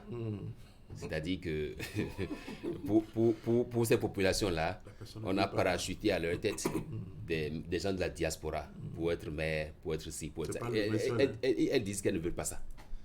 Pour dire quoi? Fils du terroir. Et je ne pense pas que c'est l'histoire du claudiquant qui a tenu un bagage sur la tête et vous pensez que le bagage là s'est penché. Il faut voir déjà dès le bas ce qui se passe. Je ne suis pas sûr que le jeu n'ayant pas été ouvert, on a eu que 2 ou 3 partis politiques qui ont été représentés pour des élections là et tout. Il n'y a pas eu véritablement de... C'est des acquis. Et donc vous voyez aujourd'hui des mecs qui se comportent comme si, oui, qu'ils le veuillent ou pas, on est là. Ils sont là pour 6 ans. En fait, tenez-vous tranquille, c'est 6 ans. C'est pas 5 ans, c'est pas qu'à mi-mandat, il y a une élection pour jauger. Non, ils sont là pour 6 ans. Ça peut donc expliquer qu'ils soient tranquilles dans leur coin. Maintenant, à leur décharge, il y a aussi qu'il y a eu des réformes qui ont été engagées. Peut-être qu'il y en a qui ont attendu d'abord que les réformes aboutissent, secrétaire exécutif, secrétaire ci, secrétaire ça, et qui maintenant se sont mis à la tâche. C'est vrai qu'il y en a qu'on entend dire par-ci, par-là qu'ils ont fait des redditions de comptes. Mais là encore, quand on dit reddition de comptes, pour les rares séances auxquelles j'ai pris part, le maire, il s'embarque pour une lecture de plus de 3 heures de temps. Finalement, vous voyez des populations, des gens assis, qui dorment et tout. Et donc, dans son téléphone. Ils savent faire reddition de compte pour ne pas faire de reddition de compte à la fin. Donc, je pense que c'est aussi ça. Allez, n'oubliez quand même pas la difficulté à leur prise de fonction. Hakim Seydou Seni. Non, pas du tout. Il faut présenter les situations telles qu'elles se présentent. N'oubliez pas les difficultés après leur installation. D'abord, qu'ils soient désignés par les partis politiques. Et à ce moment, il y avait quand même la crise du coronavirus qui sévissait beaucoup. Ensuite, nous avons connu tout récemment la guerre en Ukraine et bien de choses. Je rapporte les propos de certains maires. La guerre en Ukraine là, a commencé. Les propos de certains maires avec lesquels j'ai eu à discuter et qui pensent que ça les a limités dans leur déplacement, dans leur vision pour aller négocier des marchés peut-être à l'extérieur du pays. Bon, à vous entendre, ça tout l'air de ce que vous avez pu identifier, ces communes où les maires ne sont pas actifs, parce que si vous êtes arrivé à interroger certains d'entre eux, c'est que vous avez peut-être fait l'investigation ensemble. Certains d'entre eux qui ont de budget, qui ont voté leur budget. Non, toutes les mairies sont dotées d'un budget. Quand les maires sont arrivés, on était en plein exercice. Certains ont eu droit donc à des sessions pour revisiter ce qui a été déjà fait. Donc du coup, chacun quand même s'est doté d'une certaine boussole pour impulser sa dynamique aux différentes collectivités locales. De toute évidence, c'est que oui, le débat il est un peu... On le fait sans étiqueter, ça fait un peu bateau parce que oui, certains vous diront que le constat qui est fait par le matinal reste un constat du matinal. Quels sont les éléments sur lesquels le matinal a pu se baser pour constater que ça ne bouge pas et qu'il y a des maires qui sont sans bilan? On n'a peut-être pas les mêmes leviers pour apprécier. Et donc du coup, dans les mairies, dans les 77, c'est clair qu'il y en a qui sont proactifs, il y a des maires qui sont proactifs, qui travaillent à donner de la visibilité à leurs différentes localités. Mais n'oublions pas que même quand on fait un peu le point, c'est que même par le passé, il n'avait pas été aussi facile d'avoir, je dirais, des bilans aussi présentés en ce qui concerne la gestion de nos différentes localités. C'est vrai qu'il y a des redditions de comptes et là, je ne voudrais pas forcément accuser les autorités, les premières de ces différentes mairies. C'est un travail d'ensemble qui est fait. Quand on fait une reddition de comptes, la plupart des conseillers sont concernés par l'élaboration donc des documents de reddition de comptes et que chacun aurait quand même pu prendre une part active dans la présentation. Il ne s'agira pas forcément de venir lire, mais quand il s'agit d'une reddition de comptes, c'est qu'on présente le bilan, les trucs qui ont été effectués. S'il y a des diapos qu'il faut utiliser pour montrer que dans telle localité, telle chose a été réalisée et qu'on sort, ça fait plus dynamique que peut-être une lecture. Donc, au niveau de la lecture, à la décharge des maires, je pense que les autres compartiments sont aussi concernés. Peut-être que c'est peut-être pour ça que la réforme dans le secteur de la décentralisation a vu le jour pour permettre aux techniciens en la matière de véritablement travailler, Christian, à donner notre dynamique. Donc, même s'il y a des mairies où on va se plaindre d'un bilan pas présenté 2 ans après, c'est qu'au moins aujourd'hui, on peut peut-être souffler, on peut pousser un ouf de soulagement pour dire les secrétaires exécutifs sont désormais là. Et si entre-temps, ça n'a pas vraiment bougé, il va falloir que ces secrétaires exécutifs fassent bouger les lignes. Et à côté des secrétaires exécutifs, c'est qu'il y a une cellule de suivi, d'évaluation des collectivités locales qui a été mise en place, conduite par Amine Adjeli Mamam. Donc, je crois que c'est certainement au regard de ces insuffisances-là que l'État propose des batteries de solutions pour que ça décolle au niveau de nos différentes localités. Bon, espérons que 1 an, 2 ans après, qu'on puisse faire maintenant un bilan plus impressionnant des secrétaires exécutifs au niveau donc de nos différentes mairies pour pouvoir faire la part des choses entre la gestion qui a été faite par les maires pris seuls avec le conseil communal et la gestion qui est faite maintenant avec les secrétaires exécutifs et les RAF et tout ce qui est autour avec bien évidemment la bénédiction des différents maires de nos différentes collectivités locales. Donc voilà. Chers messieurs, merci beaucoup pour nos échanges de ce matin. C'est terminé pour le forum de discussion. On va poursuivre avec la responsabilité pénale du mineur, mieux comprendre pour des actions utiles. Et nous avons notre invité, Maître Alexandrine Saïzonou Bidi, qui est avocate au barreau du Bénin. La rubrique, ce sera Dourale Sedlex avec vous, Herman Anyamboussou. Merci Akimé, merci à vous Wahab. Et bien merci, Dr Bougar Koupaki. Très bonne journée. La pub.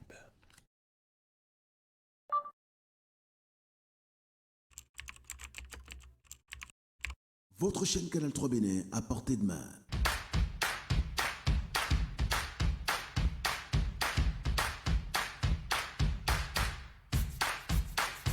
Découvrez désormais, depuis votre smartphone ou tablette, toute l'actualité nationale et internationale, vos émissions préférées de la chaîne Canal 3 en live 24/24, où que vous soyez, à travers son application disponible en téléchargement libre sur Play Store. Canal 3 et sur le www.canal3television.com. Vous êtes les bienvenus.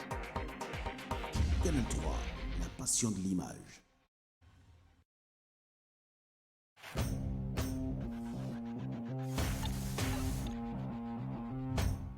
Chers clients, partenaires et abonnés du groupe de presse Fraternité, pour toute commande et information relative à nos produits et prestations à Fraternité FM, Fraternité, Canal 3 Télévision, appelez les numéros suivants aux heures et aux jours ouvrés. 95 74 29 23, 95 74 29 25, 97 77 33 02, 96 61 13 30, 69 17 99 99, 69 23 55 55, 61 62 12 02, WhatsApp, email canal3benin@yahoo.com, info@canal3télévision.com, fraternitéfm@yahoo.com, fraternews@yahoo.com.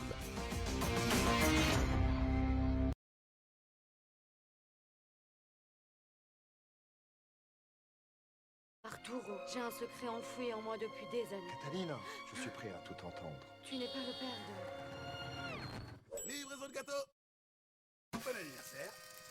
C'est un moment décisif, il contre-attaque et le volet. Bon anniversaire. Ah, je crois qu'il y a un but. On sait que c'est toi qui as kidnappé la fille du président. À vous. Livraison de gâteau. Bon anniversaire. Canal Plus a 30 ans et on n'a pas fini de vous surprendre. Pour notre anniversaire, réabonnez-vous à votre formule et profitez de 30 jours à la formule supérieure. Et pour célébrer ensemble, Canal Plus vous offre chaque jour des abonnements de 30 mois.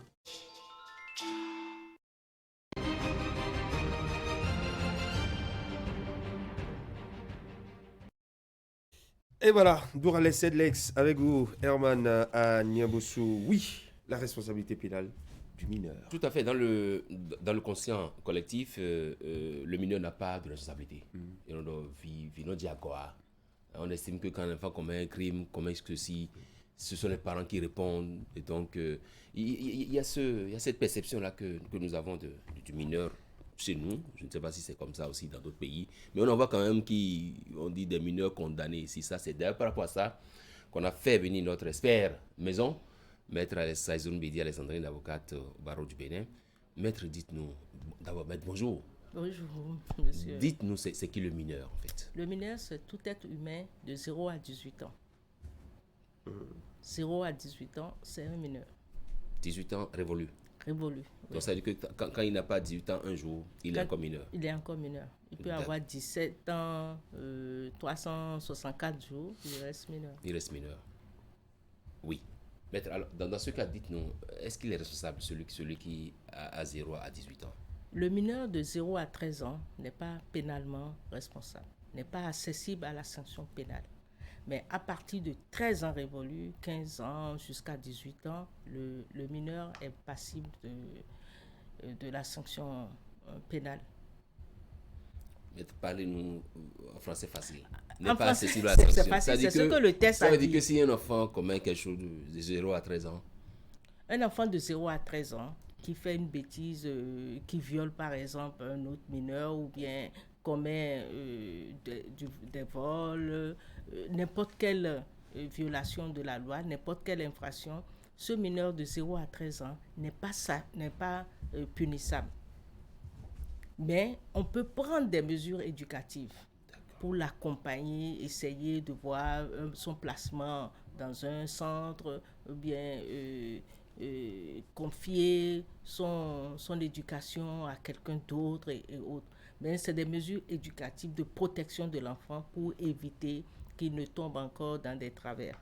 Mais on ne peut pas le poursuivre devant les juridictions et le juger de l'enfant de 0 à 13 ans. Mais entre 13 et 18 ans, l'enfant est passible d'une peine. On peut le juger. Mais donc vous voulez dire que les enfants qu'on voit dans les tribunaux statués en matière criminelle pour mineurs et tout, c'est des enfants de 13 Vous ne verrez pas d'enfants de... Quand ils sont en conflit avec la loi, quand c'est eux qui sont poursuivis, c'est ça. Vous ne verrez pas, en tout cas depuis l'avènement du Code de l'enfant, vous ne verrez pas des enfants de 13 ans, de 0 à 13 ans, justiciables des juridictions pénales.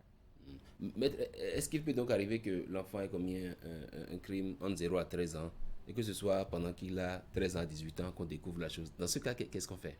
Il a commis le crime quand il était mineur, quand il avait moins de 13 ans. La preuve aujourd'hui, les sessions criminelles pour enfants, nous jugeons des adultes qui ont déjà 20 ans, 19 ans, plus de 18 ans. Mais on les juge pour ce qu'ils ont fait quand ils avaient moins de 18 ans. Ils répondent des actes qu'ils ont posés quand ils étaient mineurs, quand ils avaient moins de 18 ans. Décrivez-nous un peu une audience de tribunal statuant en matière criminelle. Déjà, le tribunal statuant, le tribunal pour enfants, il y a le président, il y a 2 assesseurs.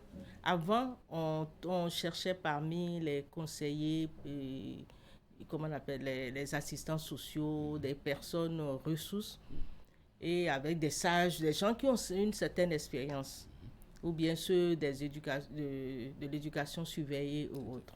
Mais depuis l'avènement du Code, le président statue avec 2 assesseurs qui sont des juges magistrats. Et il y a le greffier, il y a le ministère public aussi qui statue. Donc voilà la composition du tribunal. Le greffier qui tient la plume et l'enfant est là, assisté d'un avocat. Mais je tiens à préciser qu'un enfant n'est pas justiciable des juridictions ordinaires, disons des juridictions de grandes personnes. On ne peut pas juger un enfant en flagrant délit. Le mineur, il faut que son dossier doit être envoyé devant un juge des mineurs qui va se charger de l'instruction et de programmer le dossier. Si c'est un crime, il ira devant le tribunal pour enfants statué en matière criminelle ou devant le tribunal correctionnel, mais toujours avec le juge des mineurs, devant le tribunal pour enfants. Donc, aucun enfant ne peut être justiciable des juridictions de flagrant délit ou correctionnel de grandes personnes. Maître, pour vous qui êtes avocate, quand il vous arrive de défendre un enfant, comment ça se passe? Je tiens à vous dire qu'il y a des enfants qui commettent des crimes assez graves.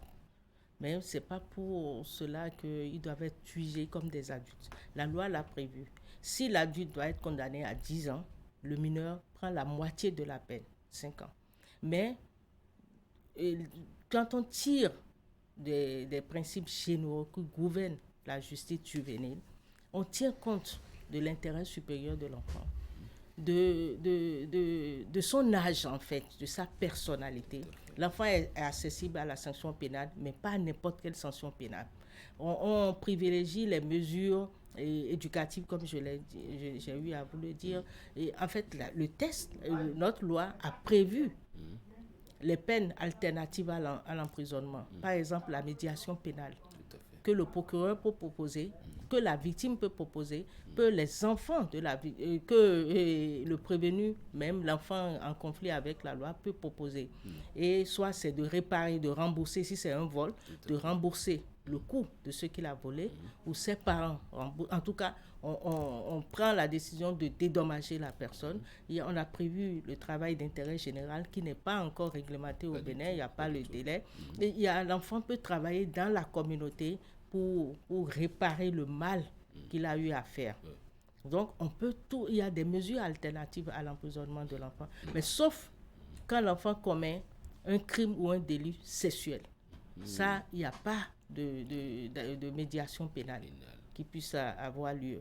Ou bien l'enfant a endommagé un bien public, a commis une infraction relatives au bien public. Est-ce que vous avez maître d'avoir été surprise par l'intelligence d'un enfant? Les enfants sont très intelligents. Et je trouve que les enfants, surtout ceux qui font l'objet d'un certain discernement, vous tombez sur des enfants qui vous tournent en rond, qui vous dit aujourd'hui quelque chose, demain il vous dit autre chose, après demain il vous dit autre chose. Mais tout ça là dépend de l'éducation de base. Je dis, moi, je me dis que ces enfants en conflit avec la loi sont des enfants à plaindre plutôt. Parce que les responsables, ce sont leurs parents. Et vous avez commencé par poser une question. Au Bénin, ici, on dit, bon, l'enfant n'est jamais responsable. Mais l'enfant est au sujet de droit aujourd'hui. L'enfant est sujet de droit. Et un enfant de plus de 13 ans doit répondre pénalement. Et la sanction pénale est personnelle. Un parent n'ira pas faire la prison en lieu et place de son enfant. Mais il va réparer il va payer peut-être les condamnations, réparer le volet civil, le mal qu'on a fait. S'il venait à être condamné à 2 millions, ce sera à la charge des parents ou du tuteur ou de la personne qui a autorité sur l'enfant. Mais un parent n'ira pas faire la prison. Mais on peut poursuivre le parent si l'infraction a été commise par l'enfant à cause de son irresponsabilité. L'enfant n'a pas été bien encadré et c'est le parent qui a amené l'enfant à commettre l'infraction. Parce qu'aujourd'hui, qu'est-ce qui se passe? J'aurais appris, je n'ai pas vu, que quand ils vont voler dans les maisons, quand ils tirent les grilles, c'est des enfants qui font passer pour aller ouvrir les portes derrière. On a d'ailleurs eu un sujet comme ça dans des cas comme ça, que l'enfant est préparé par son parent à être un voleur, ça ne peut être que le parent sera jugé pour sa responsabilité à lui, mais il ne viendra pas répondre de la responsabilité de son enfant. Pour les enfants, je dis, c'est terrible. Mais je rends hommage quand même à nos juges. Aujourd'hui, ils tiennent compte de l'intérêt supérieur de l'enfant. Et quand je fais le point de la session criminelle, c'est des peines qui ont été prononcées pour couvrir en général le temps que les enfants ont déjà passé.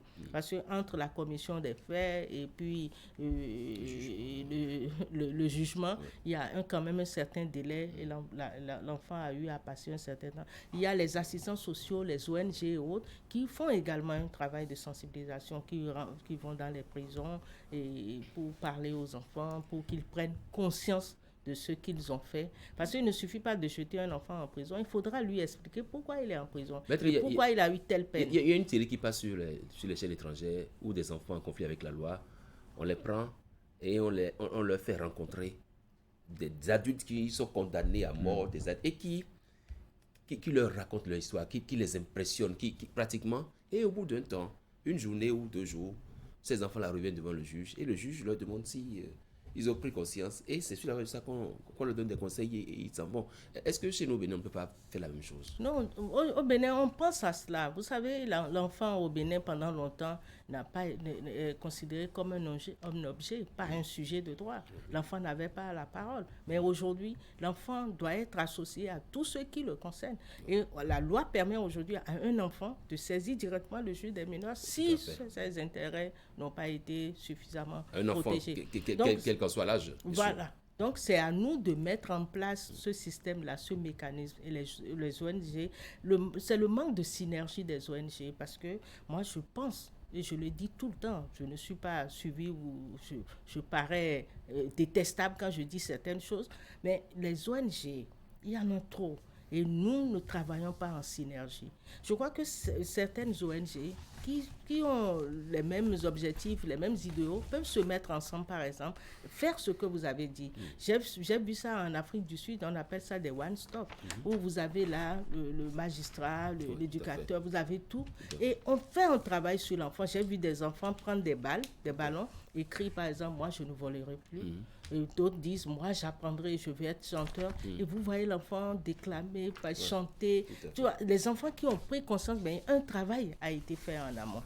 Mais nous ici, tout le monde travaille pour les enfants, tout le monde travaille, mais l'efficacité sur le terrain, on ne voit pas vraiment. Et ça, c'est mon combat, qu'il y ait plus de synergie, qu'on sache qu'est-ce qu'il faut pour l'enfant béninois et qu'on se batte pour ça.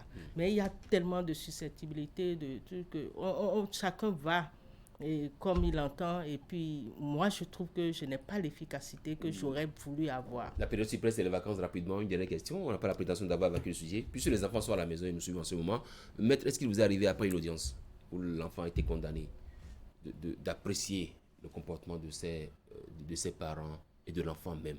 Moi, je le fais déjà. Est-ce que vous aviez à supporter d'abord? Il y a cette séparation entre l'enfant qui doit être déposé, le papa qui doit rentrer chez lui à la maison. Est-ce que les parents suivent même les enfants pour venir? Vous ne voyez pas. Vous verrez au tribunal que l'association des femmes avocates, nous avons fait une affiche où on nous dit c'est pas parce que l'enfant est en conflit avec la loi qu'il faut lui tourner. Ah, donc il y a des parents souvent, les parents ne suivent pas les enfants. Vous voyez des enfants qui viennent seuls sans leurs parents. D'ailleurs, c'est pour ça la médiation pénale, on a du mal à mettre ça en exemple. Parce que quand les rares parents qui suivent leurs enfants qui viennent, quand vous leur demandez, voilà, ce que l'enfant a fait, est-ce que vous avez les moyens pour réparer? Le parent vous dit, je n'ai pas les moyens. Et des parents qui vous disent, vraiment, je suis fatigué de cet enfant, faites-en ce que vous voulez. Des enfants qui sont en prison, qui n'ont jamais vu leurs parents, qui sont là. Et je dis, les enfants, la majorité des enfants qui sont en conflit avec la loi, ce sont des enfants placés, des enfants chauffeurs, mécaniciens, qui sont sur les chantiers, qui dorment du jour au lendemain là, et qui dorment tout le temps, et qui sont dans des conditions précaires. Je ne dis pas qu'il n'y a pas des enfants bien encadrés, il y en a. Aujourd'hui, avec l'Internet, tout, nous voyons ce qui se passe dans nos écoles, des écoles de renom, que nos parents ont fréquenté aujourd'hui, où les enfants font du n'importe quoi.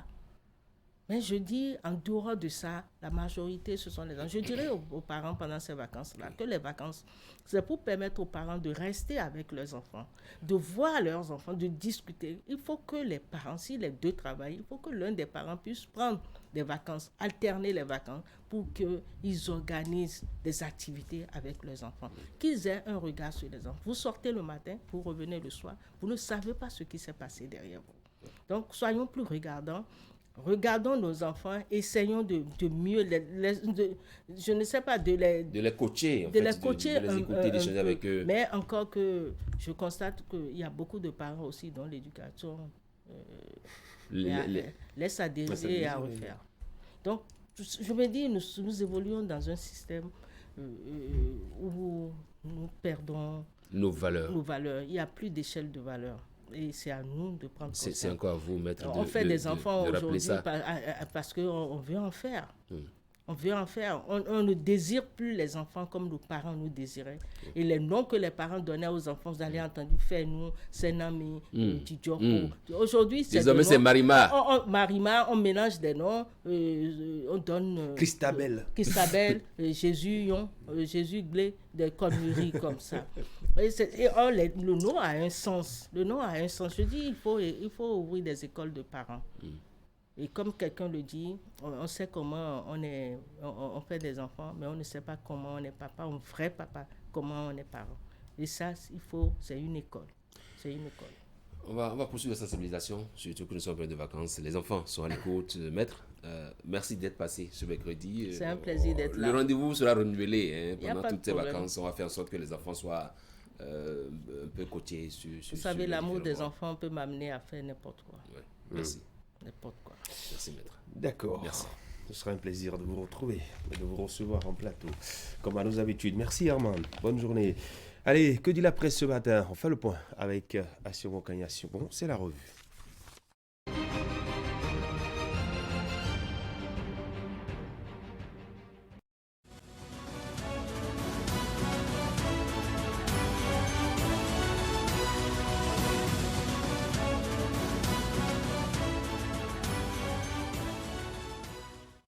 Mesdemoiselles, Mesdames et Messieurs, bonjour.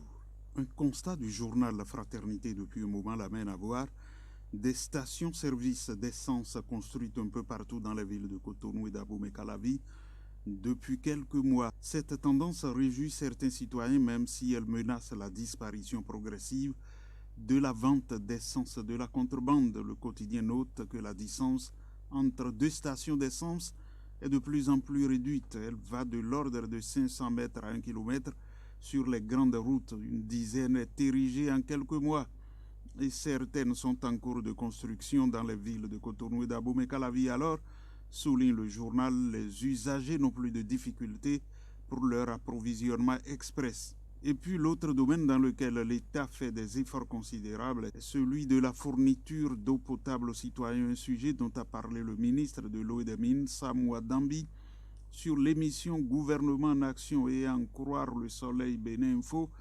Dans une démarche cartésienne et un langage fluide, il détaille les efforts du gouvernement et expose de belles perspectives pour le bonheur de la population et de l'économie béninoise. Bénin Intelligent le rapporte qui confie que l'objectif du gouvernement c'est de donner de l'eau à tous nos compatriotes, donc tant qu'il reste un pan de la population qui n'a pas encore ce liquide précieux, pour nous, rien n'est fait, même si des efforts ont été fournis depuis 2016 à nos jours. Dans la suite, Fraternité aborde la privatisation du transport universitaire et souligne que l'exécutif envisage de déléguer sous peu sa gestion au privé au fin d'assurer une amélioration considérable des prestations. Sans passer par 4 chemins, la ministre de l'Enseignement supérieur et de la Recherche scientifique l'a martelé à l'occasion de l'émission Gouvernement en action sur la télévision nationale. Le journal estime alors que si la politique de gestion en matière sociale fait partie des pouvoirs régaliens de l'État, cette question touche tout de même la vie des étudiants qui vont vouloir se faire entendre. La célébration de la fête de l'indépendance préoccupe Matin Libre qui se demande si on tend vers un 1er août 2022 comme en 2016. Le journal écrit que même si sans risque de se tromper, on peut dire non, il n'est pas exclu que Patrice Talon réussisse à avoir à ses côtés cette année sur le boulevard de la Marina Boni Yayi, Nicéphore Soglo, Lionel Zinsou et bien d'autres figures. La série de consultations qu'il a entreprises ces derniers temps pourrait lui être profitable s'il tient le bon bout. Et avec Vif d'Afrique, on peut lire que l'ancien président de la République du Bénin, Thomas Boni Yayi, est contre une décision de l'Organisation mondiale du commerce sur l'accès des Africains au vaccin anti-Covid-19. Il a critiqué cette décision à travers une publication postée le mardi 21 juin 2022 sur sa page Facebook. Concernant cette décision de l'OMC, l'ancien chef de l'État a relevé des points positifs et négatifs. L'économiste du Bénin informe que la Banque ouest-africaine de développement a approuvé une somme de 18,8 milliards de francs CFA pour accompagner plusieurs projets mis en œuvre au Bénin. L'accord de financement a été signé ce mardi 21 juin 2022 entre le président de la BOAD, Serge Ekwe, et le ministre d'État chargé de l'économie et des finances, Romuald Waragni. L'accord de financement porte sur la deuxième phase du projet de sédentarisation des troupeaux de ruminants et des études techniques de 3 autres projets de construction d'infrastructures routières. Merci d'avoir été à l'écoute.